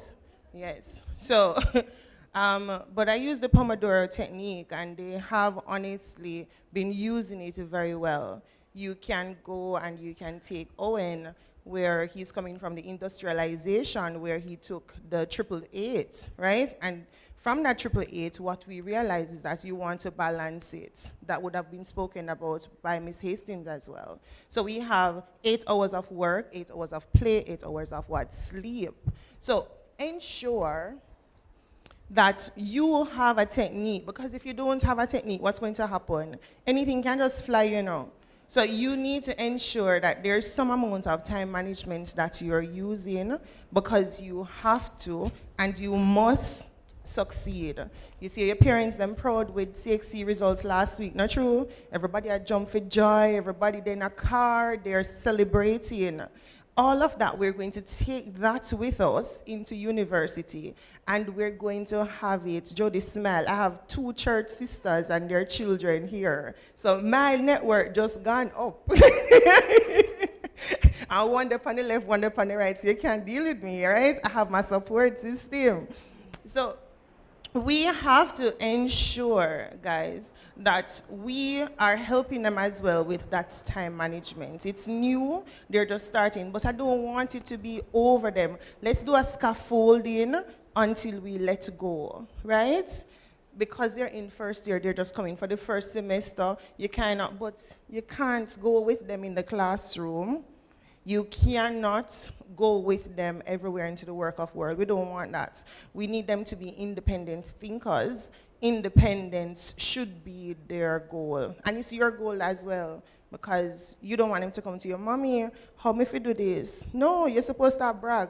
I remember going to university and my mom, everything I'd boast and say that my mom called me and she said, how would this do? What is this? Mind you, I'm doing an accounting degree. And everything, if it's law, if it is science, it no matter what. How if you go to university and don't know that? Yes. Because I was what? Someone who was shredding the past. I was the person, I was a first, and I'd say that to you. I'm a first in my family. And a few of us, we're going to be first in our families. We are the persons who are trailblazing, okay? And behind you, we're expecting that that match should be lit and persons should be coming behind you. If you're just the only one standing out, it doesn't make any sense. You're not doing a good job. I can tell you that. If you are the only one who is starting and continuing, no boy, you're selfish, nothing will happen, nobody else is not looking up for you. That does not look good. So, our voyage, depending on where you are, it can take 3 to 5 years. You can be a part-time student or you can be a full-time student here. If you're in Faculty of Social Sciences, medicine, you're in social sciences, you have to ensure that you're keeping up with what? The academics. You have to go to the academic coordinators. You have to see us. See what is taking place. How do you progress from one semester to the next? You do not do this just by chance. Or you can honestly stay here all 12 years. You're here forever because you're doing subjects you really don't need to do, and you're following the crowd. What was your initial thing? We're beginning with our end in what? In mind. Do you want to be an accountant, a nurse, a great accountant, because that's what we produce here. We take our jobs very seriously, right? And when I say to you we are the gatekeepers for our jobs, I seriously mean it. We're not going to send out anybody. All right, so yes, Ms. Gray, as you touched on that important point, there is the term that you will hear, academic advisement. Now, many students do not take academic advisement as being something of importance. But I want to say to you from the start, academic advisement is important, and each student has an academic advisor. Seek out your academic advisor before you get into quote-unquote trouble, because usually that's the time people want to hunt down the academic advisor to correct the wrong. But it's better to have a smoother sailing. Your academic advisors, we're not here to be like parents down your back, because as Ms. Gray mentioned, you are at a higher level of independence. That's what university life is all about. But there is also that interdependence where your academic advisor is of importance. So you hunt down your academic advisor, we look at your progress, we guide you so that you do not make the same mistake that others have made, or you don't make the same mistakes over and over again, and that you don't stay in the program for 4 years when it should have been 3, or 5 years when it should have been 4. So know who your academic advisor is and build that relationship with your academic advisor. If you're in social sciences, when I start my slides, it always has a quote from either Plato, Socrates. I am a real big advocate of those persons. And one of my quotes from a first-year student, it speaks to education is the what? Kindling, right? We are looking at the kindling of a flame, not the filling of a vessel. Not one of us, we're here, both of us are here, Miss Hastings just left, but you can't come to us and think that we have all of the answers, right? Unfortunately, we don't. What we're going to do, we're going to inspire knowledge. That's what this university is. We might even challenge you, and we would have seen where it seemed as if we were all on the same chain of thoughts. But what you have to ensure is you are passing your courses, but you are reading extensively. The library is here. You have different resources. Take advantage of it. Your lecturers. Don't only come in a classroom, sit down, and then you get up and you leave and you think that that is learning. No, you have to do some amount of work yourselves. You'll see that what we cover in the class is just 2 or 3 hours per week. But the course is taking up, or for this semester, we're taking up at least 150 hours if you're doing your independent research, all of your researches. You're going to be seeing a lot of that. And Miss, you speak about some practical aspect from your course. Okay, thank you. So we're talking about the active learner. So it's not high school, so you are in for, as Ms. Easton mentioned, there is a transition. And transition means that there is a change. So we're at high school, your high school teacher is behind your back, spoon feeding in some areas. At the university, you are considered active learner, and we encourage you to participate in your classes. This is where you really know if you are learning. But if you sit down and you lecturer says something you don't understand, you don't add to, and guess what? All of you will be coming in with your own experience. So we are building on experiences. So a lot of things will be new and you're hearing it for the first time, but there will be things that you already know and you are going to be sharing your experience. We also learn from you. So it's a two-way street. All right, so you are active learner. We expect class participation, group discussion, and I want to mention the word group work. How many persons like group work? But guess what? Group work is important. It's a part of building you, making you the person that we expect you will be out there in the wider world. You will find that you have a lot of group work to do. So even if you don't like group work, it is time to settle your mind that yes, in a group, we learn to function. We have different persons building up the group. Some who are enthusiastic and say, come, let us get this over and done. Others who will procrastinate and say, but we have long time. And the group dynamic, you have to build that group dynamic, set your purpose, be focused, and get the group together. There are times when you're going to, because everybody not going to see things the same way. How do we deal with that, right? Sometimes people get selfish. Sometimes people get frustrated, but it is a part of the learning process. So when you get out into the wider world and you are in a group working at your workplace, you know how to problem solve. So it's a part of your problem solving experience. So I am going to add a little, the selfishness. So I say to my students, it's not only one degree you will have up there.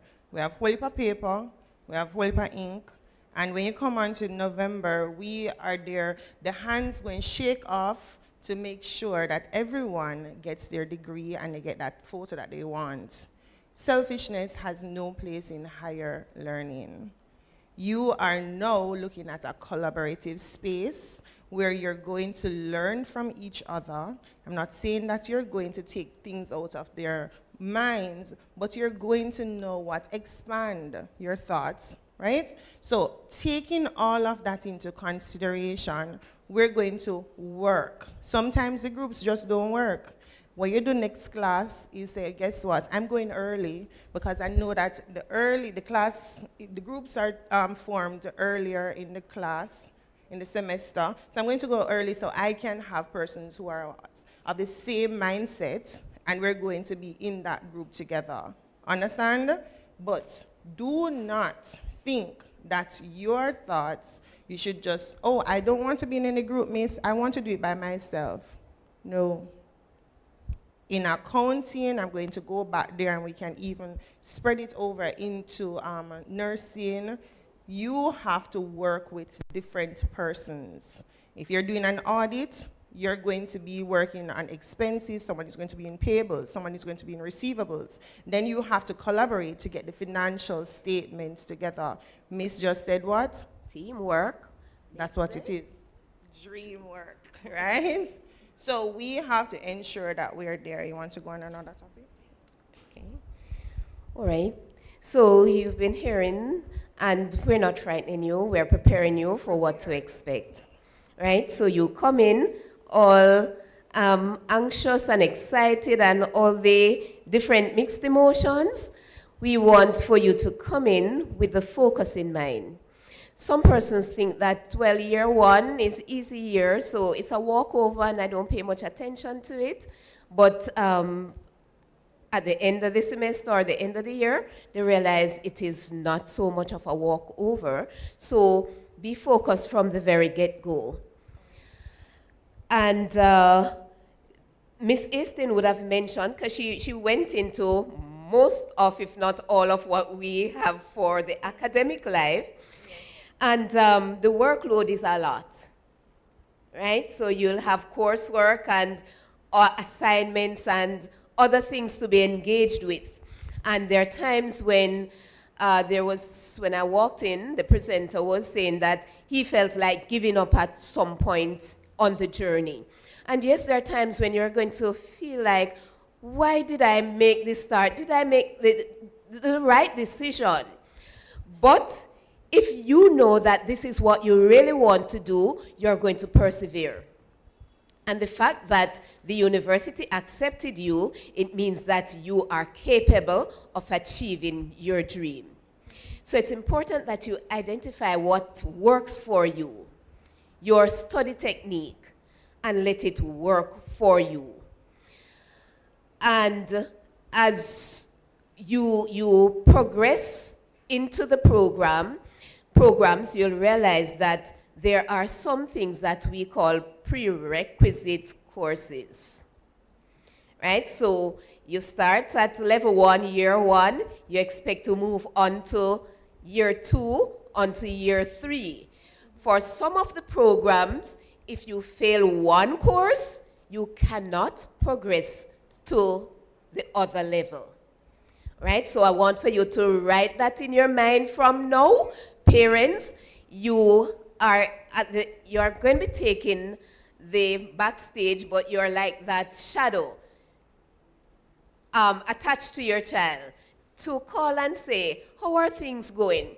They want to put you not so close because I want their independence, but you're going to be there to say, so tell me, how was the week? You can do it. Sometimes they're going to cry on your shoulder, but just encourage them that they can do it. And keep reminding them that those courses that you do you have to be successful to be able to move on. All right? So as you get your coursework, you are going to pay attention to what are the prerequisite courses. You also need to know what are your foundation courses. Right? The university has some foundation courses that, regardless of the discipline that you're in, you must do those foundation courses. And then you'll hear about free electives. But when you talk with your academic advisor, you will hear much more about that. All right? So, please, you hear the last part? You will have some free electives, but you need to speak to the academic coordinators. Me I go beg you now. Don't fill up your degree with the what? Free electives and not the core for your degree. You will be here in trouble and seeing Miss Shadine Coates, right? For more money to pay over. And we don't want that because she's quick on the collecting, you know. She doesn't have any problem on that part. But we want to guide you because we're not here to have you spending an extended time here. We honestly don't want it. I want to see you come in. We spend a semester. You go, I smile, you smile, right? And you go through the university sitting. I think what I have here was for you to get involved. Getting involved, what it does, and you'll see the ladies there. Sharai has gone, but we have a whole lot of ladies. And getting involved, it helps them on their journey, the clubs, the societies. I don't want you to just say, oh, but I don't want to be involved in UWI. Think about it as you hone in your skills for the job that you want. So you're looking for leadership skills. You're now there in that club at the presence now is going to help you to develop some amount of what? Public speaking. A lot of us, we don't like that. So you'll be able to speak to persons, have discussions with total strangers. You've never seen them before in your life. And it's developing you, you're growing. Your resume now, when you're looking at the soft skills are there. And it's not a lie you're telling. Yes, because a lot of us would put on, oh, we're good at Excel, I can do one pivot table. Not true. So we want to ensure that we are building rounded students here. And that's what this transition is, right? University is not just about being a nurse, but the soft skills that goes along with it. How is it that the persons will make you feel? Dr. Tomlin would have spoken about it. They're going to want to know how you make them feel. That's how people come back to your business, you know. Not the degree and whatever you have, but how they felt when they stepped in your space. And that's what we want, and that's what our campus offers to you. And you're in the right place, you know, because we make the students feel good when them step out there. So you see, like on Tuesday when you come and you see my students come and giving you insight, is because we make them feel good. So when doc said to them, guess what? I want you to come and do a panel discussion. The students don't even ask a question. They say when and what time, because they know how they felt. And just varying a little bit. The student that you gave me, she said to me, Miss Gray, you don't remember me. You sat beside me at orientation and gave me a book because I was so nervous.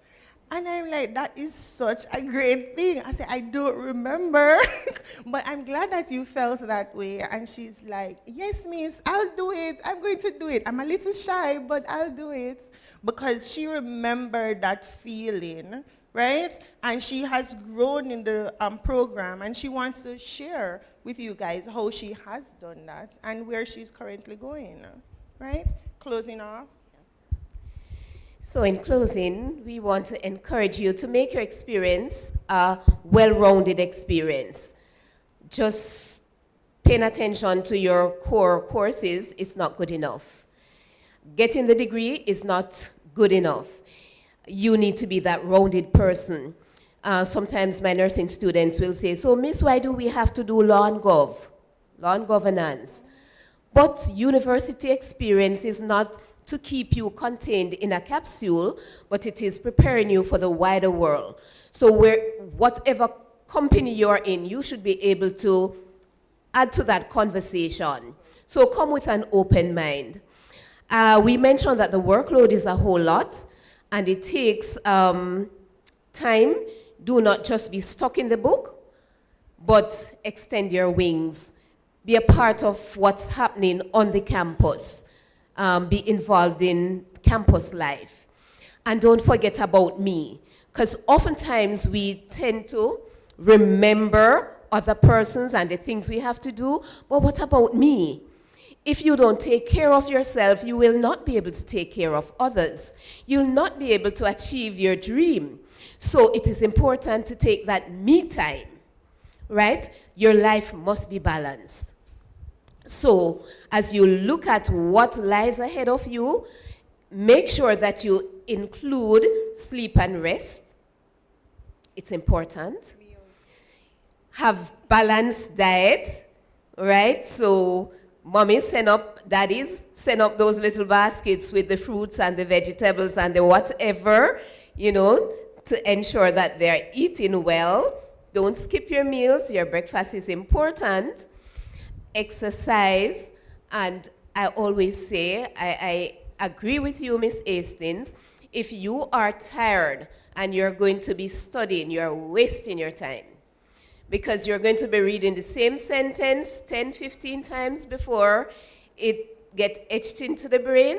If you are alert, so you take that little power nap or you watch that little thing that make you laugh, and then you take up the book, it takes you a couple seconds, you read it, you grasp it, and you move on. So that's part of your time management. Take care of the me. Take time out to keep the endorphin, that's a good hormone, kicking, so that you're alert and you're ready, prepared for each class. Be punctual, and we embrace you at the friendly campus. This is your home, the place where you will shine. Amen. She encapsulated all of it. And it's so funny, we wrote different speeches, but everything is the same. Yes. So take care of yourself, guys. Parents, be that scaffold for your daughters, your son, your guardians. We appreciate you. Welcome home. This is your new home.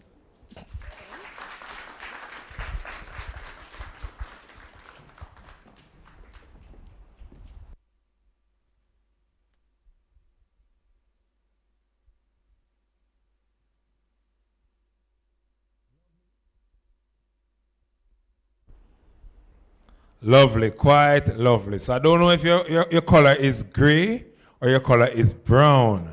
But the tag team of gray and brown did a wonderful job in just, bringing those things to light for us. Put your hands together for them once more, man. You've been sitting down a lot, so I'm not going to get you into exercises. I'm not going to lead that right now, We leave that to Shane and her team to give you all the excitement and the fun. But I'm going to give you a little break now to, bathroom break, catch a little bite if you want, or have some water or whatever it is. So I'm giving you half an hour or thereabout. You need to be back here by 12:15 for the important session thereafter. Afternoon session will go very quickly and you'll be out of here, right? But you want to get information on financing, how to pay your fees, what are the payment plans or options that are available to you. You want to know about scholarships and bursaries, because here at the UWI, you want to know that somebody else may be able to pay the fee for you, not true? So you have to come back on time when you'll hear from the Office of Student Financing about scholarship and bursaries, as also from our partners about how do you finance higher education within this particular space. How to pay tuition fees, how to pay hall fees, are there options for payment plan? All of that will be made crystal clear to you when we return. So see you at 12:15. Do enjoy your break.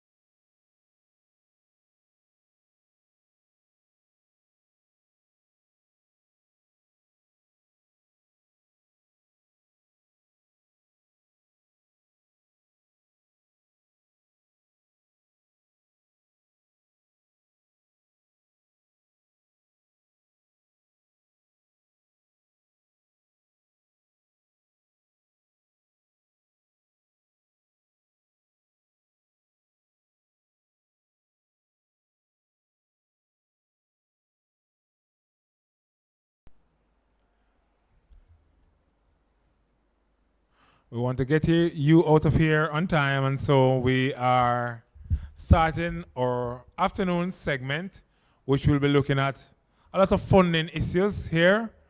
And so, as I alluded to earlier, it is important that you have accurate and timely information around financing tertiary education. And so we are delighted to have with us this afternoon Ms. Shadeen Coote. She's an accounting officer with the bursary. And so I ask that you give her your undivided attention as she shares some critical information with us. Please welcome to the lectern, Ms. Coote.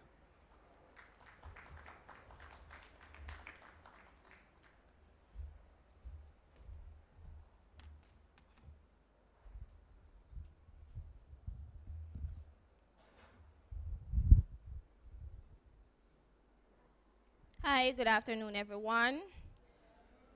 I am Shadeen Coote, staff member in the bursary, past student of undergrad, current student of the graduate program here at WJC.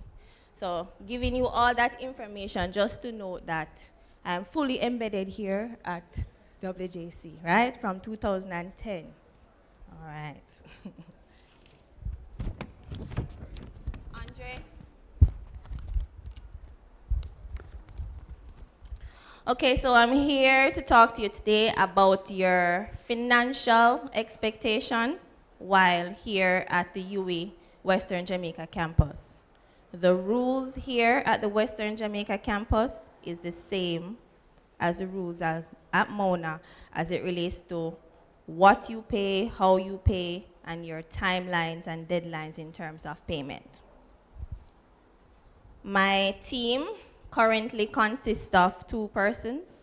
You have myself, Miss Shadeen Coote, and you have Mrs. Natalie Little Singleton. So anytime you come to the office, you'll see either one of us. We're expecting another person, but for right now, it's just 2. All right, services offered at WJC in our office. We are a liaison to Billings and SAS. What that means is that we offer the same services here as a student at Mona would get at Billings and SAS. So if you get an email and it says, contact SAS, visit SAS, drop this document at SAS, you come to my office if you're here, right? We prepare tuition letters, statements of accounts, and we provide advice to you as it relates to how you pay your tuition, when you pay. We can also help you in guiding you as to where you can go to get financial help.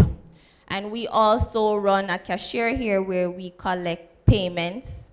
We are, however, cashless at our cashier, so we do debit, credit cards, and manager's check. We are also a liaison to OSF, which means that when you complete your scholarship forms that should go to OSF, you drop them at my office. We also call them on your behalf if it's that you need some form of assistance as it relates to financing that they can assist you with, and we can assist you in filling out your scholarship applications through OSF. All right, student charges. At the university, on your screen are the main charges that would appear on your account. Well, commitment fee is not necessarily a charge, but I will get into that. Your miscellaneous fee, this is a non-refundable fee that's due in semester 1. If you are not starting now, but you're starting in January, which a few of our programs allow us to take in a January intake, then that is due in semester 2, but only if you're starting in January. Your tuition fee, residence fee for those of us who are living on hall, and then there is a commitment fee that is payable once you have accepted our offer, right?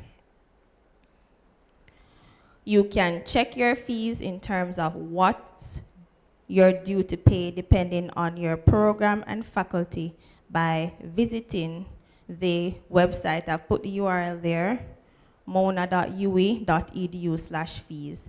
That gives you a breakdown of the different fees that you pay while you're here.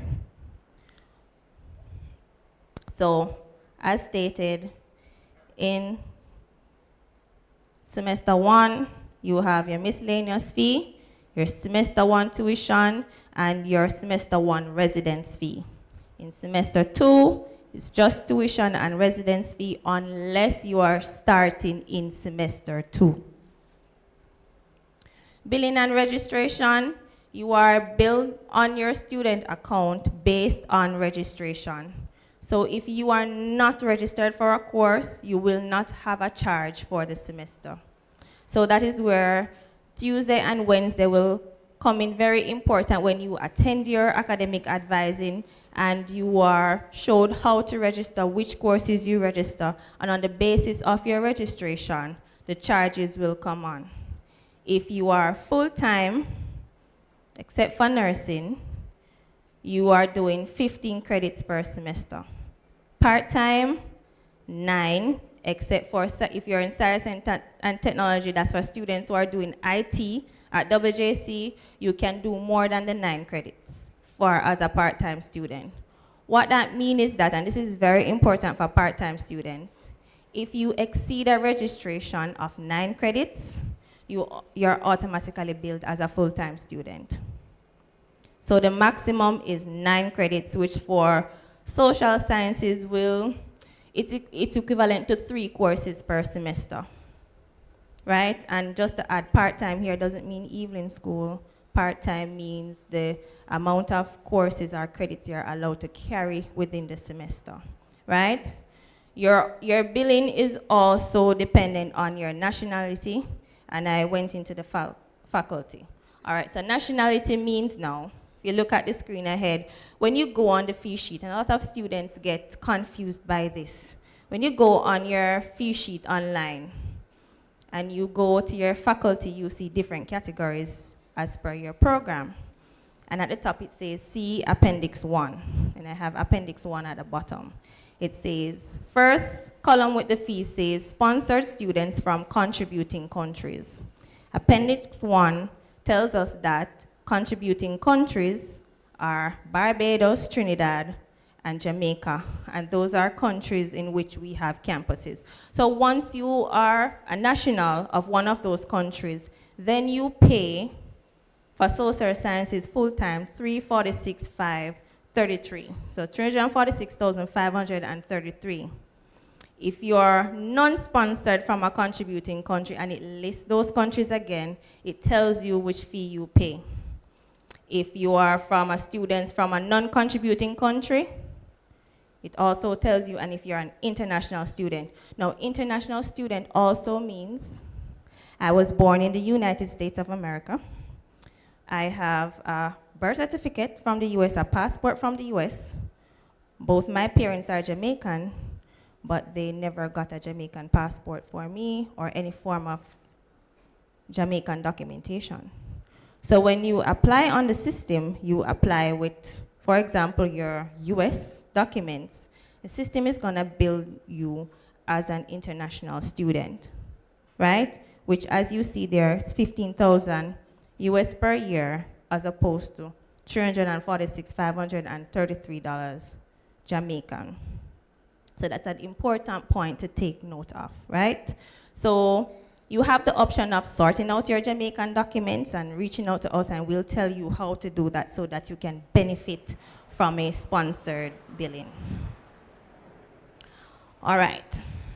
So I've outlined here for social sciences how you're built. So you're built full-time, $346,533 per semester. That is divided in 2. So each semester you pay $173,266.50, and then if you're part-time, it is a per credit. So I have times by 9 how much you would pay for the semester, and then the second line for SciTech, if you go up to 12 courses, the charge is there per the semester. Now remember, only SciTech can go up to 12 credits as a part-time student, right? And your miscellaneous fee, if you're a commuting student, versus if you're a student residing on hall. Your miscellaneous fee charge is different, right? And for nursing, your school fee is built in US on your fee sheet. However, when it translates onto our account, it comes over as Jamaican. And for this year, the exchange rate is $158. If for some reason, as Mrs. Warbrown had said earlier, there are some programs where if you fail a course, you cannot move on to year 2. Nursing is one of those programs. And what that means is that you will have to sit out a year to redo the course that you have failed. When it comes to that year where you're sitting out, you will be recognized as a part-time student. However, it is your responsibility now to go in the student and apply the system and apply for a change of status. When you become a part-time student, then you are billed per credit for the course that you are doing. What that does is this. When you're a full-time student doing a nursing program, once you register for one course in the system, the full charge comes on. As opposed to a SOSI student, if you register for one course, you're charged for the one course. 2 courses, you're charged for the 2 courses. Nursing, once you register for one course, you're charged as a full-time student. When you fail a course in nursing and you have to resit the course, switch your status to part-time, and then you're billed per credit, $19,554 for the course that you need to resit, right? Tell me if I've lost anybody. All right. Tuition fee payment deadline for semester 1, it is August 30, that's next week. For semester 2, it's January 30. However, for those of us who won't be able to pay the full fees on time for the semester, we have an installment plan. And the installment plan is offered on a semester basis. It's not done for the year. So if it is that you are able to pay for semester 1 in full, you do not need the installment plan. The installment plan is only for those who are not able to pay the full tuition for the semester. So for right now, we're only accepting applications for semester 1 because it could be a case where you can't afford to find the full funds for semester 1 now, but you're able to find it for semester 2 by December, so you won't necessarily need an installment plan for the semester 2, right? So to do your installment plan, you have to pay 25% of the tuition fee for that semester, your miscellaneous fee in full. You have to be fully registered for your courses. So not until you add, even if you make the payments, not until you add the courses, you won't be able to apply for the plan. And the plan gives you a maximum of 3 months to pay the balance. So what it will do is that it will divide the balance in 3, and you pay a portion each month, and the plan will give you the date in which you need to make the payments. There is no additional cost to do the plan. There are no interests. It is only if you miss a payment date, then a 1% penalty is added. So if they say you need to pay your second installment by September 30, if you pay it October 1, a 1% penalty will be added to your account. And the 1% is calculated on what your balance is, right? So here's an example for an installment plan calculation. You're a commuting student. This miscellaneous fee represents the $36,930 plus the ID fee. And your semester 1 charge is $173,266.50. The 25% works out to $43,316.63. We're gonna add the miscellaneous and the 25%, and you get $81,396.63. Now, when you received your acceptance letter, the university asked you to pay a commitment fee. This fee goes towards your payments, right? So if you had paid that 35,000, when it comes to making the payment to qualify for the plan, you would minus that 35 because that payment is already on your account. And so what is due for you to pay is the 46,396.63 to qualify for the plan.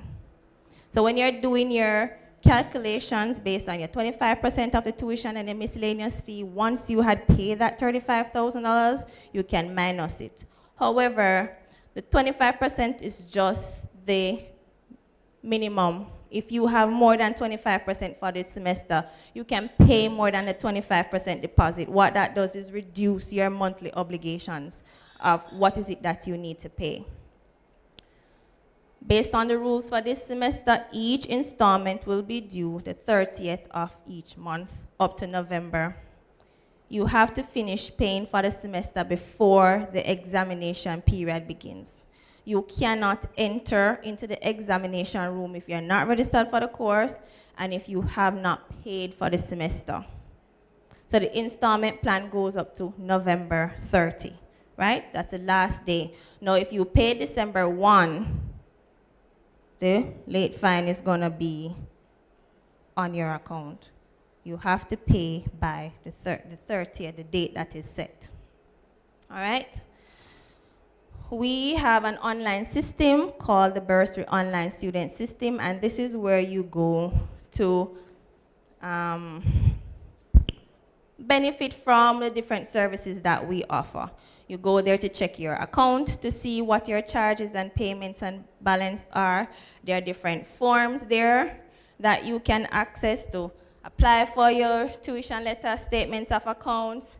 Say you go to the bank and your intention was to pay the tuition fee, but they put it to the hall fee. There's a form there where you fill it out to transfer the money where it needs to go. So this is a good online service through the bursary that everybody needs to get used to and to access. You log in with your ID number and your password.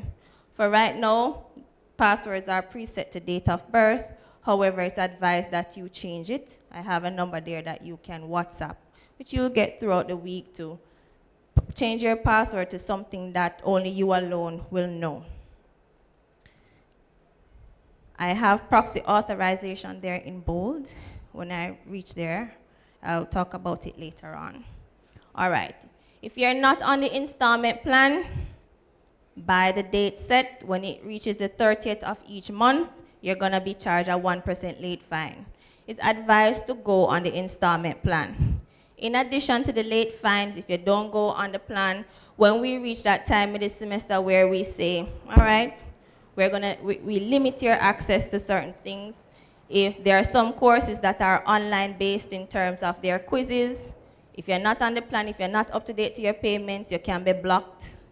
If your payments pass a certain date overdue, your accounts are passed on to a collection agency for them to collect, which affects your credit. It doesn't affect the credit of the parent, it affects the credit of the student, right? So it's important that if you see where you won't be able to pay the tuition fee in full for the semester, please utilize the plan, right? Different payment outlets, I have them listed here, and in red I have the time in which the payments reflect on the system. Bill Express, Paymaster, Bursary Cashier, Educom, JN, Western Union, NCB, and we also have an online payment facility. What that means, I don't have Scotia here. You cannot go to Scotia to pay your tuition. That's not they are not one of our approved payments options. You can wire funds, but that's a last resort.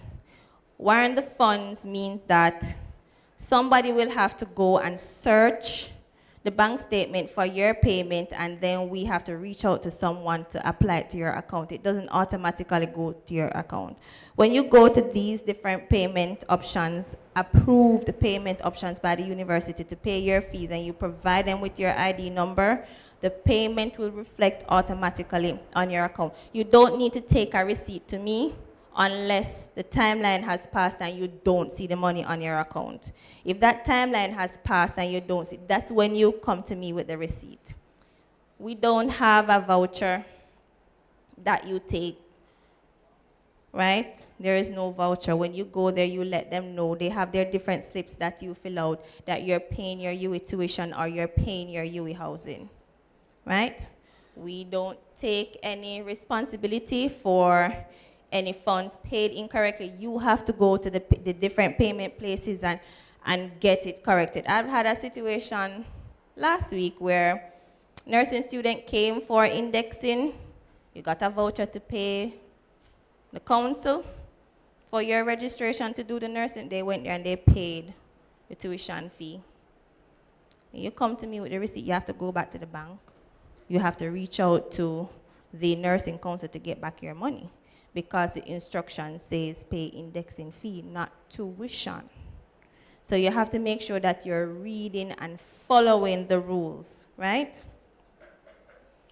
As I said before, our bursary cashier is non-cash. Please don't come with your cash. I've had persons who come with 150,000 in cash. If you have the cash, you can take it to the other payment options, but not to us. It's card and manager's check. Our normal operating hours for the cashier is 9 a.m. to 3:30 p.m., but for the registration period, which is now up to September 30th, the cashiers are open from 8:30 a.m. to 5 p.m. Not 5:05, 5 p.m. On the other days when we open up to 3:30 p.m., if it's a case where you're 5 minutes away, you can reach out to us and say, hey, I'm on Top Road coming, can you give me 5 minutes? But for the extended periods, it's 5 p.m. So proxy authorization. Their parents, the contract is not with you, it is with the student. So when the student goes on and accepts the offer, the contract with the university is with them. I'm fully aware that for most parents, you're paying the tuition. But when you come to my office, unless the student authorizes you through one, filling out a proxy authorization in BOSS by putting your name as the person who I can divulge information to, or the student comes with you to my office, I cannot tell you anything on the student's account. I cannot tell you what the balance is. I cannot tell you if a scholarship came in. I cannot tell you if the father came and paid 100,000. I cannot tell you anything without the student's permission. So students, if it is a case where your parent is going to be the one coming to the office to pay your fees and you want them to be able to access the financial side, you have to fill out the proxy authorization with the parent's name, and it's one parent. It cannot be mom and dad, so choose the primary parent that is going to come, right? And when they fill out the proxy authorization, it is only for the financial side. I don't know anything about grades. I don't have access to grades. I don't work in exam. I don't do financial. I don't know anything about that. I don't know if they're going to class, nothing, just the money part. All right, there are many options to finance your education. Please do not bear the burden alone. Please use Google. There are many things out there. There is OSF here. Ms. Larman is going to speak to you about the different options that they have. There's an installment plan. The WJC have a few grants and scholarships which are just for us. When the time comes, when it's open, we will let you know. You have your MP office, CDF, NIS. NIS has a grant specifically for first year students. You have to go down there and ask about it and apply for your MP office. Please visit their office and find out. A student just came to me. She came to me last year. The deadline had passed, and she just told me, Miss, I went when you told me to go, and I got $150,000. That $150,000 is gonna clear her for semester 1. And this is money she don't have to pay back, right? You don't have to pay it back. There is no bond. There are few scholarships that bond you to Jamaica. That's a personal choice, but there's nothing wrong with that. You know, we need you to finish your education and come back and invest in Jamaica, right? There are some employment places you can ask if there's anything there, and you can call somebody, seek help. Don't sit with the problem alone, and please do not come to me the day or the morning of your exams. If you're having issues finding funds, come from early so that I can call Ms. Lorman's office and say, I have this student, they're having issues, what can you do for them? Do not sit with the problem until the morning of the exam. And students, you have to take responsibility too. It's not just mommy or daddy because they're the ones paying the school fee. If you realize that there's a challenge, come and talk with us so that we can tell you what is it that is out there for you. Now, there are times when you come to us and there may be nothing right now. Or you might fill out a scholarship form this year, but you didn't get it. It doesn't mean that when year 2 comes, you don't try again. Right? Miss Lorman will speak about the PATH bursary, but for those of us on PATH, that's now open. Important deadlines and what they mean. Tuition fee deadline is August 30, so for those of us who are going to pay in full, August 30. Installment plan deadline is September 13. If you are paying to go on the installment plan and you are not going online or you're not coming to the bursary, please do not pay on September 13 because the other places say 24 to 48 hours before the money reflects. The money has to be reflecting on your account before you can apply. Or else when you log in to apply, it's going to say, I have not met the requirement, and then you're going to call me to say, but I paid that NCB this morning. So you have to match the regulations to what is it that you're doing. For those of us who are applying to SLB, they will be here September 12 and 13 at WJC for what they call a campus invasion. However, if you have documents to submit, please do not wait on that day. Please try and get them to SLB as soon as possible. The government says no guarantors this year. That means the onus is on you. You cannot come to my office and say, my guarantor didn't submit the documents, and so get everything together so that you can submit to them, sign what you need to sign. Because when they say you have been approved for the loan, it is not finished until they say to us, we have committed to pay for the student. And my office is not SLB. SLB is a third-party institution which provides funding for students for not just UWI, but for all the other tertiary. So you have to reach out to SLB to find out what is it that you need to know. Late registration begins September 15, which means that as of that date, you will have to pay to add courses. And the payment that you make increases as the semester goes along. Deadline for drop-in courses, September 29. So if you realize, if I'm a social student and I register for full-time, and mommy cannot find the full-time fee, maybe for this semester I need to register for part-time. Do not make September 29 come before you decide that, because what happens is that at that point, you will have to pay the money in full before a decision can be made in terms of anything. And sometimes there is no refund for that. So you have to follow the deadlines in terms of what is it that you would want to do. And late fines start September 30. Now for my office, these are the contact numbers and the email. You reach out to us with different queries that you may have, and we'll help you. For the 504 number for right now, it's just call. There is no WhatsApp. We're only allowed to divulge certain information through certain mediums. So depending if it's WhatsApp, there are some things I'm not gonna divulge over the WhatsApp. I can give you general information as it relates to certain things, right? Tell me when I can move on.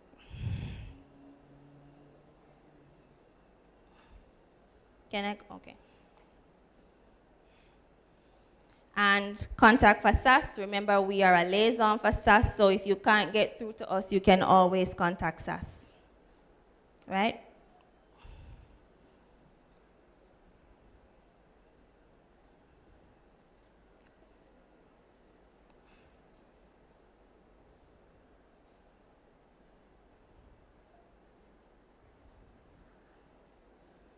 All right, thank you very much. My office is open.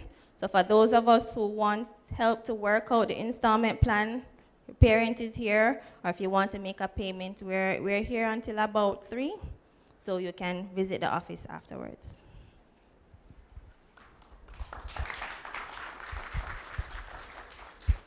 Listen, don't move, Miss Scoot. Don't move at all, because there may be questions that you have. Even though I will tell you, and Prof. Campbell, I've listened to many of these presentations, and I'll tell you that I haven't had one quite as clear as this one from Miss Scoot. Honestly, there are things that I have learned just listening to this presentation, and I've seen many of them. Thank you very much. That was really, really excellent. You hit all the important points, you know, and I think that you need to know. Parents, you know, I'm sure you will agree with me that that was very, very clear. But if you have a question, there's a microphone in the aisle. I invite you to step to the microphone, ask your question. She indicated to you that she'll be in office up until 3 today, so you may want to check in the office as well. But the opportunity is yours now to ask a question to clarify anything that you may not be so clear on. Wow. No questions right now? Just give it to her, give it to her, give it to her. Excellent, excellent, excellent. All right, so we have Miss Carisha Larman with us, who, Prof. Campbell, is no stranger to this campus. She was actually here for an extended period before she came to us in Kingston, and she currently serves as the acting manager for the Office of Student Financing. That's your financial aid space. And please make her welcome. She'll share to you regarding scholarships and bursaries. She's rocking black and white today. Thank you, Mr. Mackenzie. All right, so all morning we've been talking about the family that you have been, you're coming into. And as you know, families share trade secrets, right? And so, and resources as well. So as you come into the WJC family, we approach you with open arms, and we want you to know about all the financial resources that can help you and your child to succeed while you're at UWI. We're very big on finding your bold. We're very big on success. And you will know eventually when you get into our system, and probably you've heard it over the time, that access is one of our AAA strategy. We have strategies that we go by, for a period of time that university operates under, and access is one of them. And so for first-year students coming in, we want to make sure that you have the access to education in every way possible. And so, I'm gonna just share with you a few things. So guess what? You're gonna take out your phones, because I have a lot of scanning to do, right? So you're gonna scan, you're gonna take pictures, because our deadline for application was extended to next week, right? So you still can apply for scholarships with us. And our bursary, when I go through the PowerPoint here, you'll see that our financial bursaries open September 1. So you want to make note of all these things, and you want to capitalize on it, right? Of course, yes, man. So our presentation, wow, okay. Okay, so our presentation is really on financing your education at UWI. And it's really about funding your future. And every year, you'll just hear more about scholarships that are coming on board, bursaries that are coming on board, and those that you can capitalize on. So let us get into it, right? So there are some costs to consider. And you're here, so you've considered some of these costs. So first, the tuition. Those who are commuting students, you're gonna think about transportation to campus every day. And though we have a shuttle bus system, you have to get down to the park, right? Where the bus picks you up, or wherever the bus picks you up, you have to get there. So you have to factor in transportation some way, somehow. You have to factor in accommodation for persons living on hall, Factoring accommodation is very important, so you need to know what the hall fees are. But should you live off campus, you also have to factor that in. What is your rent monthly? So those are some of the costs, and meals. While you're here on campus, you need to eat, or you need to take food with you to campus. So you might have to buy groceries to cook, or you might have to, the bill might be a little bit top up in the household, but you have to factor that in too. So mommy or daddy will have to factor that in. So that's a part of your cost to consider. Now, books. Some of our books are e-books, and you might have to pay a subscription cost for some things. If you're not buying the physical books, you can rent them through our bookshop as well. So our bookshop has a rental program for books. So what you want to do, you want to connect with our bookshop to see what are the books that are on rental. So you don't necessarily have to buy those books. You can rent them, right? But you want to look at those costs. What's the cost of renting as opposed to purchasing? If it's a book that you're going to use over a period of time, you want to invest in it, right? So you want to consider that as well. Miscellaneous fees, and I'm not just talking about the miscellaneous fees that you're paying here. You have to factor in other little things that may happen, right?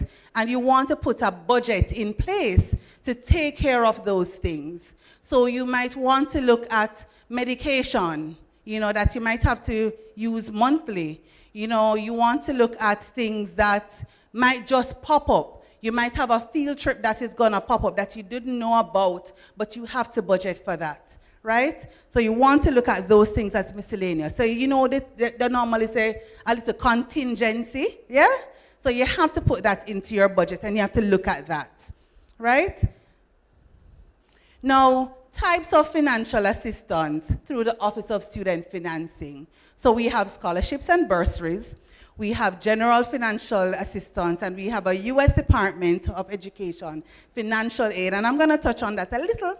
And then we have just financial guidance. So here on the campus, you can speak with Ms. Coote, right? And she will kind of help you to guide the process. But suppose you want a little bit of intimate conversations with us. At the end of this presentation, I'll actually share with you or telephone numbers, which are cell numbers. We don't have WhatsApp, but you definitely can get us on 2 telephone direct lines, right?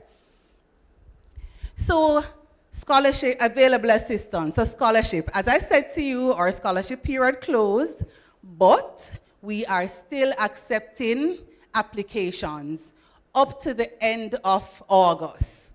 So you can still drop off those application forms at the bursary here, and they'll send them to us on campus.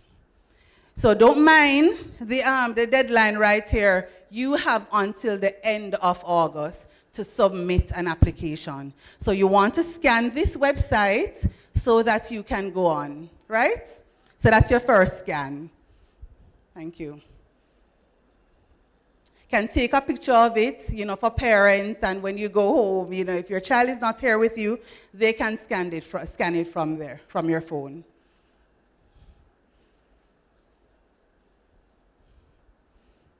All right. So we got that, right? Thank you. All right. Available assistance.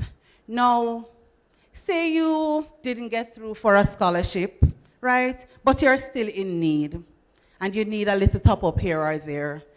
We have an online general financial assistance program, right? And what that covers is meals and grocery vouchers. We have cash grants, and the cash grant is not cash in hand. It's cash that goes to your tuition or goes to your hall fee and so forth. Or say you need to purchase a book and you have the money to buy the book, but when you purchase that book, you won't be able to complete payment on the tuition or the hall fee. You can still apply to us for that cash grant, and it goes towards the tuition payment, right? Book grants as well. We have our bookshop, and so whatever books are sold through our bookshop, our book grant can facilitate those books. So our general financial assistance, we open September 1, and we close off at the end of November for first semester. So for you to apply, you need to apply between that period, right? And if you apply September and we go through those applications on a weekly basis. So you don't have to think that, oh, you know, I am not going to get help, but I need help in September, I'm not going to get help. Every week we go through those financial application forms and we assist students weekly, right? And so you can scan, can you zoom in first? Thank you. So you can scan this general student application. Now, this application form, you have to be registered. Everything that you get from OSF, you must be a registered student. So you have to first pay those, get on the payment plan 1, if you're not gonna pay your fees in full by the 30th of September, right? Or if you're on a payment plan, you'll be able to register, pay your miscellaneous fees. One thing is that as a first-year student, and I always say it, you know, when you pay that commitment fee, it gives us the parents a little grace period to come up with the funds, because that money, that $36,000, the $35,000 that you pay as a commitment fee goes towards your miscellaneous fee. So it gives them a little grace period to just come up with the rest of the funds to continue payment. All right. So how to apply to us? And you would have scanned our form, but I just want to walk you through the process as well. So you're going to visit the Office of Student Financing website during the academic year starting now, right? You're going to go to our website, which is right here, www.mona.ue.edu/OSF. You're going to download our application form. So our application form is not yet fillable online, so you have to print it and complete it. So once you complete all the applicable sections, you're going to sign it and submit it. And at the end of this presentation, I'm going to just briefly go through the application form with you. You also have the support of the office here, but I just want to point out a few things to you because I know you'll be submitting this week, right? All right, thank you. All right, now we did you a little favor because our scholarships are for everybody. But what we did this year was to pull all the first-year scholarships in the different faculties. All the scholarships that apply to you as first-year students, and we put them in a scholarship handbook for you. So you won't have to go through all the scholarships to figure out which one applies to you.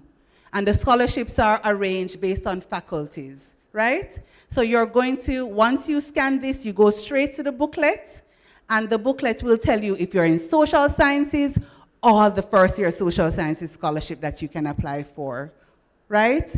And if you're in medical sciences, same. You know, nursing, same.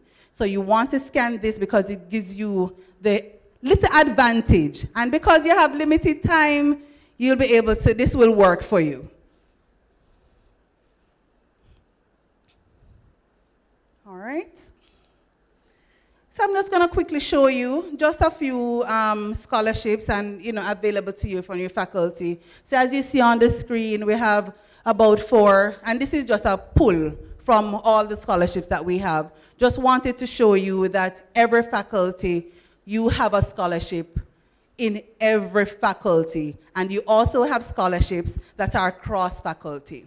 Now, one thing to note, if you get a scholarship from a particular faculty and you switch faculty, you would have lost that scholarship, right? You cannot take a Faculty of Social Sciences scholarship and then you decide in the middle of it that you're going to switch to Faculty of Humanities and Education and continue on that scholarship. No. Once you get a scholarship for a faculty, you have to continue. However, we have scholarships that are cross-faculty. So you can start in School of Education and go over to law and carry that scholarship with you. But you have to be specific. The specific scholarship that you apply for, it must say that it's a general scholarship. And we do have some, right? And it will say, you'll see it on our website, awards applicable to any faculty. That means if you decide to switch faculty, that scholarship follows you. And these are just some, right? All right, other available assistance. So we have the Federal Student Aid, and it's a US Department grant. And so if you're a US citizen or eligible, you can visit us, you can call us, and we can go through the process with you to see if you're eligible for it.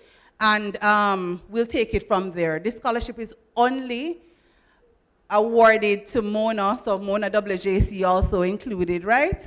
Only awarded on the Mona campus.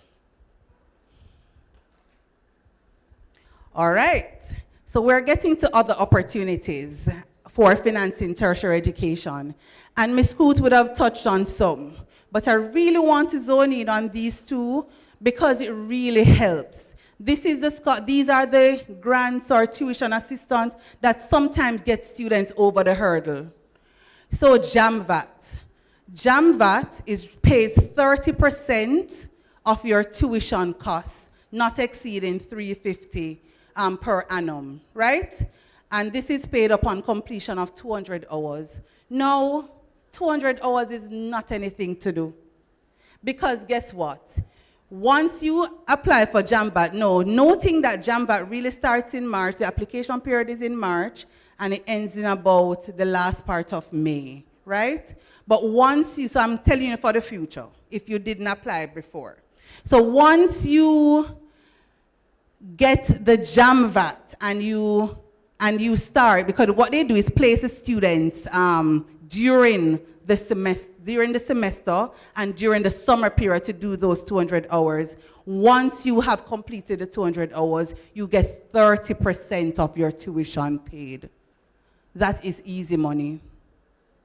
Easy money. You can do your hours on campus. You can do your hours in your community. You just need to find a space, right? So I'm just, highlighting it to you. Remember, JAMVAT for next year. Path bursary. Now, the good thing about Path bursary is that once you were a Path beneficiary in high school, Path bursary, once you apply for it, continues with you for your 3-year, and it goes up to 4 years while you're at UWI, right? And you get $100,000. Just because you were on Path in high school, it continues with you. But you have to fill out the application form and submit it to the bursary office here so that they can send it to us for processing, right? So once you are a Path beneficiary in high school, Path is extended to you for 3 to 4 years of your university studies. Student Loan Bureau. I can just see the hands of persons who applied for student loan. I'm very curious, and I always wonder why students don't apply for student loan. And they always say, but I don't want to be in debt. But you're putting other persons in debt for your benefit, right? You need to take that step to invest in yourself. Now, I see a lot of students who would have applied for student loan, got it, get a scholarship, and then write to student loan to say, I no longer need this, right? So I always say to students, apply for student loan just in case, because you're investing into your future. At the end of the day, you'll work out how you pay it back after you've finished.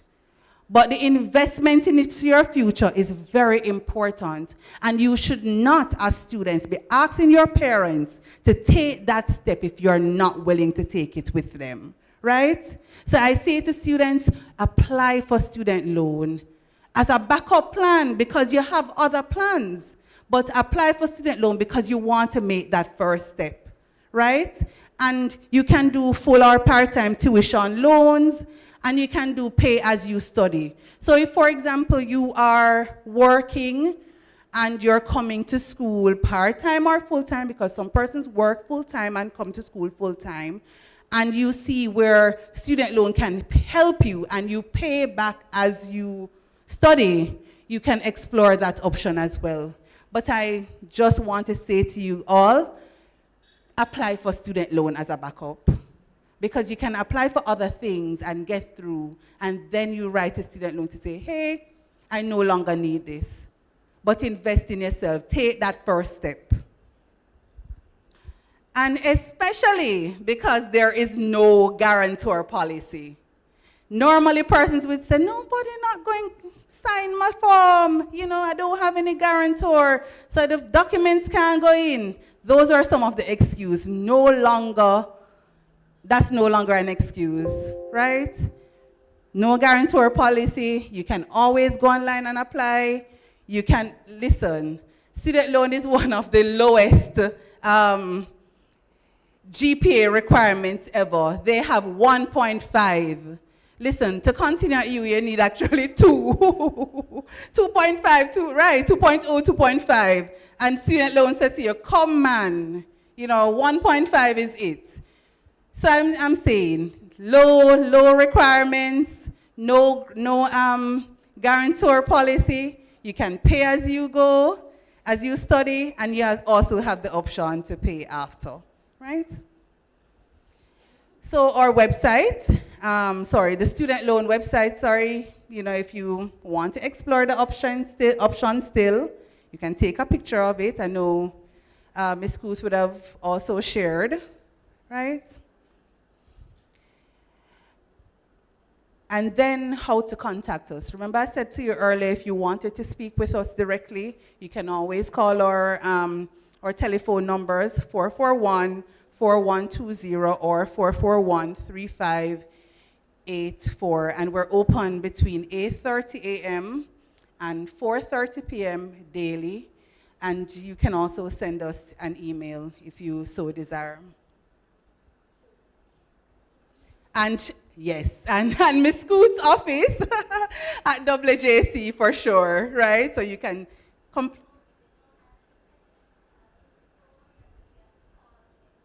Oh, right. So that's a key information to plug right here. If you don't have any credit, you can always come to the phone and she can call our extension for you to talk to us. So you don't even have to call us via the cell phone lines. You can always go to the office. Similarly, OSSD, right, to get in touch with us. Now, came across a little quote here: success is achieved and maintained by those who try and keep trying.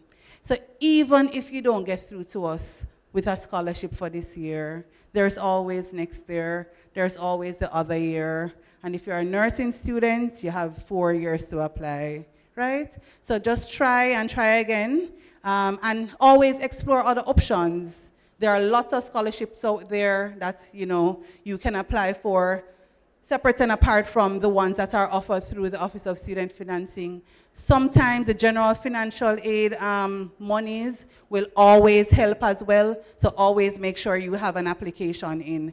And even for scholarships, say for example you didn't apply for a scholarship and Ms. Coote called me to say, hey, I have a student that is in need, how can you help her? I cannot help at that point. I can probably help with a financial aid and assistance, which is about 50 or 100,000. But if you need more, if your application is not in the Office of Student Financing, we cannot pull anything to help because we wouldn't have any records. So I always say to students, even at this juncture when you're saying, but I have some stuff covered. Sometimes in the semester things happen and you cannot make a payment and you have some situation, still apply. Make sure you have an application in. If you don't buy a lot on, you know, if you don't have a ticket, you don't have a chance. So if OSF, if you don't have an application in our office, the chances are very slim, right? So make sure you apply to us. And of course, thank you so much for choosing the best university on the globe. Yeah, you know? Yes, of course. And we are happy to serve and help you.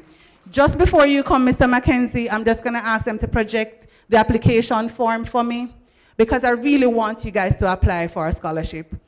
WJC students sometimes say that they don't get scholarships from us, but I want to make sure that, you know, while we're going through the 2024-25 academic year, we're seeing those applications from WJC in, so you have a chance. So that's our application. Could you just scroll down for me? So this is what you're going to print, right? Scroll. That's instruction sheets, right? All right. Make sure you put your ID number. That is how we identify you. Make sure you, let me put this up. Ensure that you list the scholarships. I mean, sometimes if you don't have all the scholarships there and we're starting the process of, processing, and we realize that you're in faculty of social sciences, your application will be pulled. But if you indicate a scholarship that you're interested in, the chances are higher, right? So indicate at least 10, maximum 10, sorry. Go ahead, scroll for me. Just want to pinpoint some other things to you. Scroll. All right, stop right here. When it go up. All right, I'm looking for parents section. Sorry, go scroll up. So in the parental section of the application form, it's very important. If your father or mother is deceased, put it there, right? If your father or mother does not contribute, make sure to still put it there. Do not leave it blank. We need to know what's going on with you, right? Sometimes persons don't want to put how much their parents earn and those things. Those are some things that we look at when we're shortlisting, when donors are shortlisting as well. What your support system is like. Give us all the information to work with. Don't just leave it blank, right? Finally, referee affidavit. That's the last part of the form. Make sure, sometimes persons just go to a JP to ask them to just write something. Sometimes the JP don't know you. We look at the referee affidavit to see if the person knows you and can represent you well as it relates to you needing the scholarship, right? So you want to find someone, of course, who is on our list of approved persons that know you, that know of your financial need, that know of your academic background and so forth, and can represent you well on that form. As well as you represent yourself well, make sure you complete the section that asks, why should we give you this scholarship? Why you? Don't just put 2 lines. Make sure you complete it. Tell us about your family background and your need, so that you can stand a chance of getting a scholarship. When a donor looks at your form, they must be saying yes, before I even interview you, that this person needs the scholarship, as well as this person is doing well academically. So the combination is out of this world and you have to be shortlisted, right?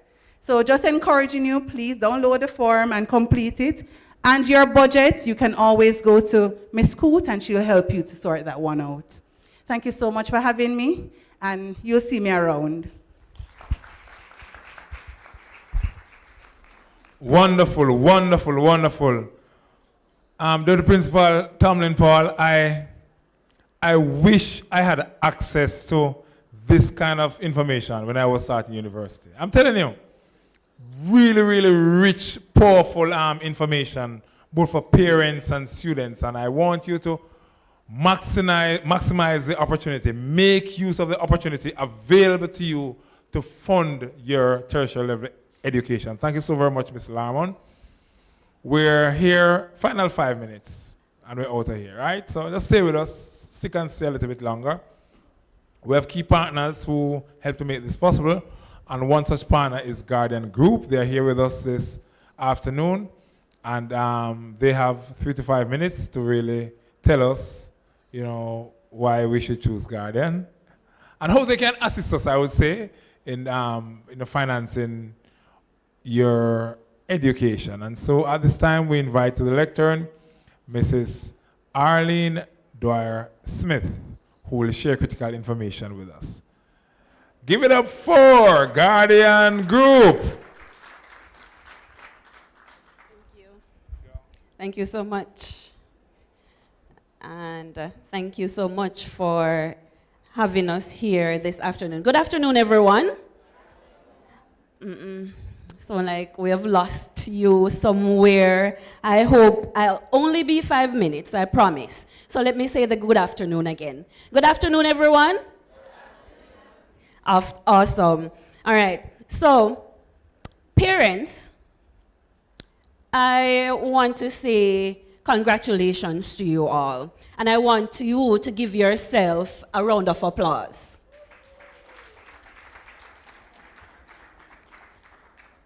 Students, I also want you to give yourself a round of applause. Students,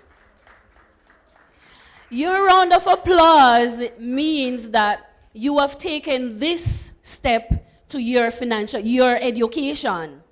And there are a lot of persons who would love to have this opportunity that you have, but unfortunately they can't. And that is why I will endorse Mrs. Lamond, or Miss Lamond, when she said student loan is the way to go. Because sometimes you put the burden on us as parents, and so we are unable to put the protection plans in place that we want to in order to secure a better future for you. Where am I going? Simple, life insurance. Our main goal as parents is to ensure that we protect and provide. Isn't that right, parents? Parents? Yes, our main goal is to provide and protect. I have 3 kids, and that is my main goal, to provide for them and to protect them the best way that I can.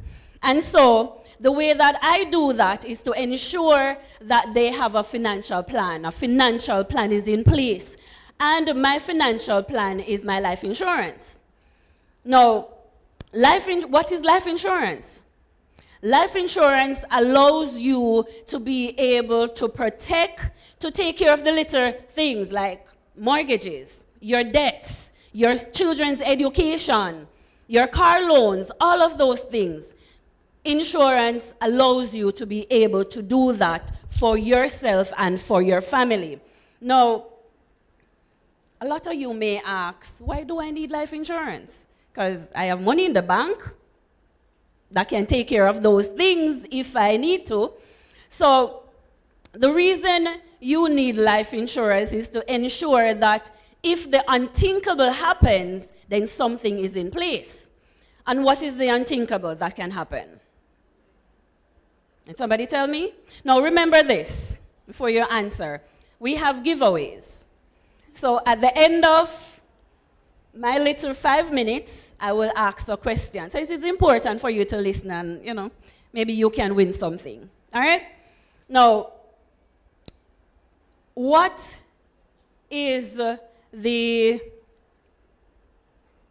are the things that you should put in place? Why is it that we need life insurance?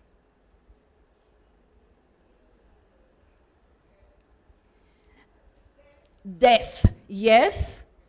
Critical illness, of course. Now, these are the unthinkable things that can happen to us. Right? In the event of a critical illness, and critical illnesses are major illnesses such as cancer, strokes, heart attack. One of these illnesses can wipe out everything that you have been saving over all these years. It can take everything that you have, especially if you're diagnosed with cancer. We know the ratios. We know what is going on. We listen to the news, and we know that cancer one chemotherapy can take away everything that you've saved, right? And so if you have a policy that offers you a critical illness plan, then it means that if I have a diagnosis that is going to cost me 10 million, and I have a plan that has 10 million, why should I go into my bank account? Why should I take out my investments? It simply means that you are going to cash in your policy and ensure that you are taken care of health-wise. Right? Your medical bills are taken care of, because guess what? If you don't take care of your medical bill, who suffers? Not just you, but who else?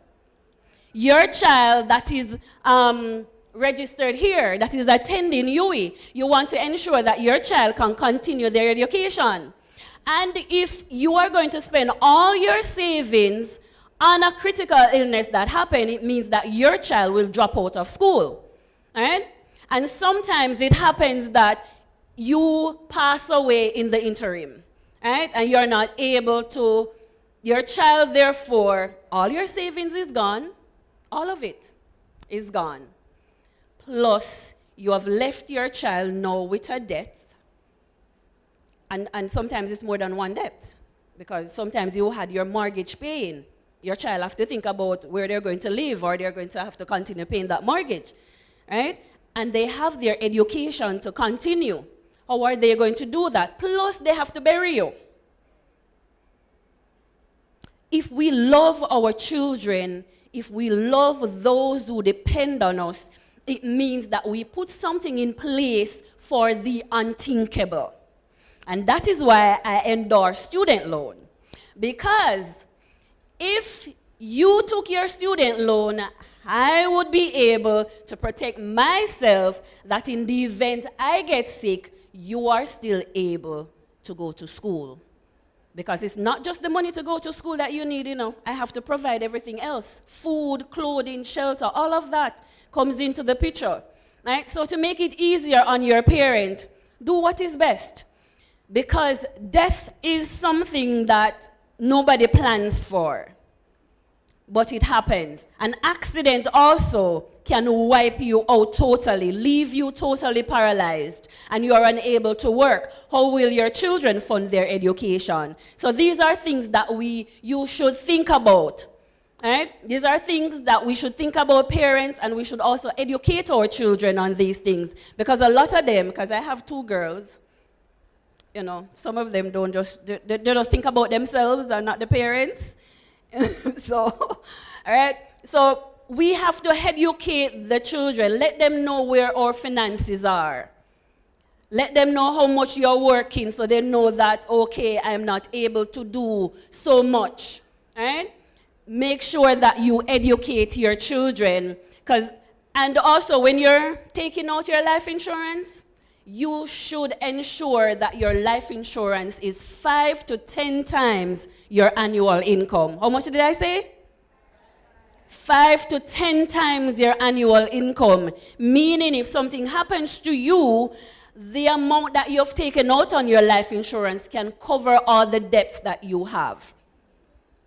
So if you're working $1 million per year, what would be your insurance amount, your coverage amount? 5 to 10 times that amount, right? Because you want to ensure that you can provide and still protect your children if the unthinkable happens. So make sure that we think about all these things when we are taking out our life insurance. And remember that life insurance can just protect you for the time that your child is in school, or it can protect you for life. So there are different options. So I won't be telling you about these options because I don't want to keep you long, because I know when persons are hungry, they need to go. All right?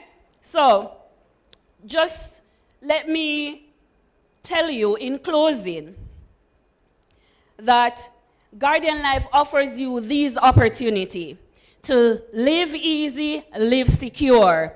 Guardian Life ensures that your financial future is secured with us. All you need to do is speak to one of our advisors, and we will sit with you, make an appointment with you, sit with you, and do what is best for you. So, if you love your family, if you love to provide and to protect those who depend on you, it is important that you not just make a financial decision, but you make a love decision. All right? Now, I want to ask one question. I hope you were listening. Were you listening? What is Guardian Life's slogan?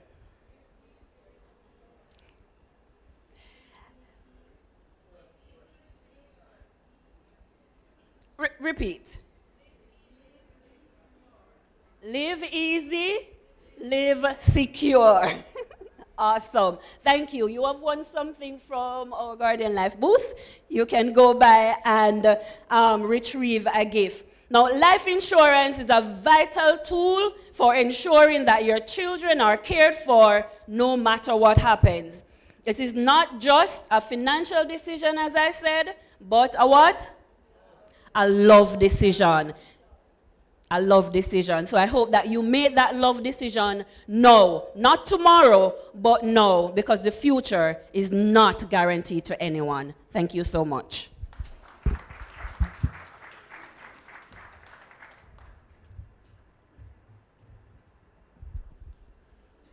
Thank you so kindly, Mrs. Smith. Now, all that's left for me to do is to say thank you for a lovely day. Thank you for being here. Thank you for being patient with us. Thank you for responding to the questions that may have been asked of you. I know it's a long, long day, but honestly, I found it myself very empowering in terms of the kind of information that was shared with our parents and family members and students as well this 25th day of August 2024. So let me just extend a very big thank you to all of our participants, all of our presenters, all of our sponsors, all of our partners, but most importantly, to our parents, family members, and students for making it the UWI Mona WJC. You'd have heard from Ms. Larmon that it's important to know somebody to fill out your referee's form. Now, a good person to know is your Student Services and Development Manager, right? And the team from OS&D, right? Because they are on the form as one of the recommended or required referees. So in this segment, as we close, you'll get a chance to come, Ms. Francis, come up front, you and Sashane. Mr. Davis is here, Mr. Hudson as well. I want you to meet the OS&D team, the power team from OS&D. Come up front, man. You don't have up front appearance in us, so come, man. Right? Yes. And I'm going to hand you over to them thereafter. I don't know if you're doing a tour of the, not today, tomorrow is tour day, right? So, but this team will take care of your beyond the classroom learning experiences. A suite of programs designed for your own benefit. Some of the listing of the programs are right here on this banner. You can find it also on our website. But Prof. Campbell spoke about the soft skills. They help to develop in your child or ward the soft skills that will make them a global citizen, a better person, because we want to give them value added. So Mr. Winston Davis to my left, tall, dark, and handsome, right? And next to him is the team leader, Miss Tanya Francis, representing in the place. And then we have Sashane. Sashane wears many hats, right? She's resident advisor, senior secretary. Anyway, to Pananak, Sashane is there, right? But she gives of her excellent service to the team, and we are delighted to have her on board. So put your hands together for your OS&D team. Right, so tomorrow you'll get to meet the team from my office now, students who will help you with your range of services, right? Throughout the course of the year. Thank you so very much. Give yourselves a round of applause, man. You have been a wonderful, wonderful audience today. Thank you for being with us, and I look forward to working with you for a successful 2024-2025. Blessings. Have yourselves a good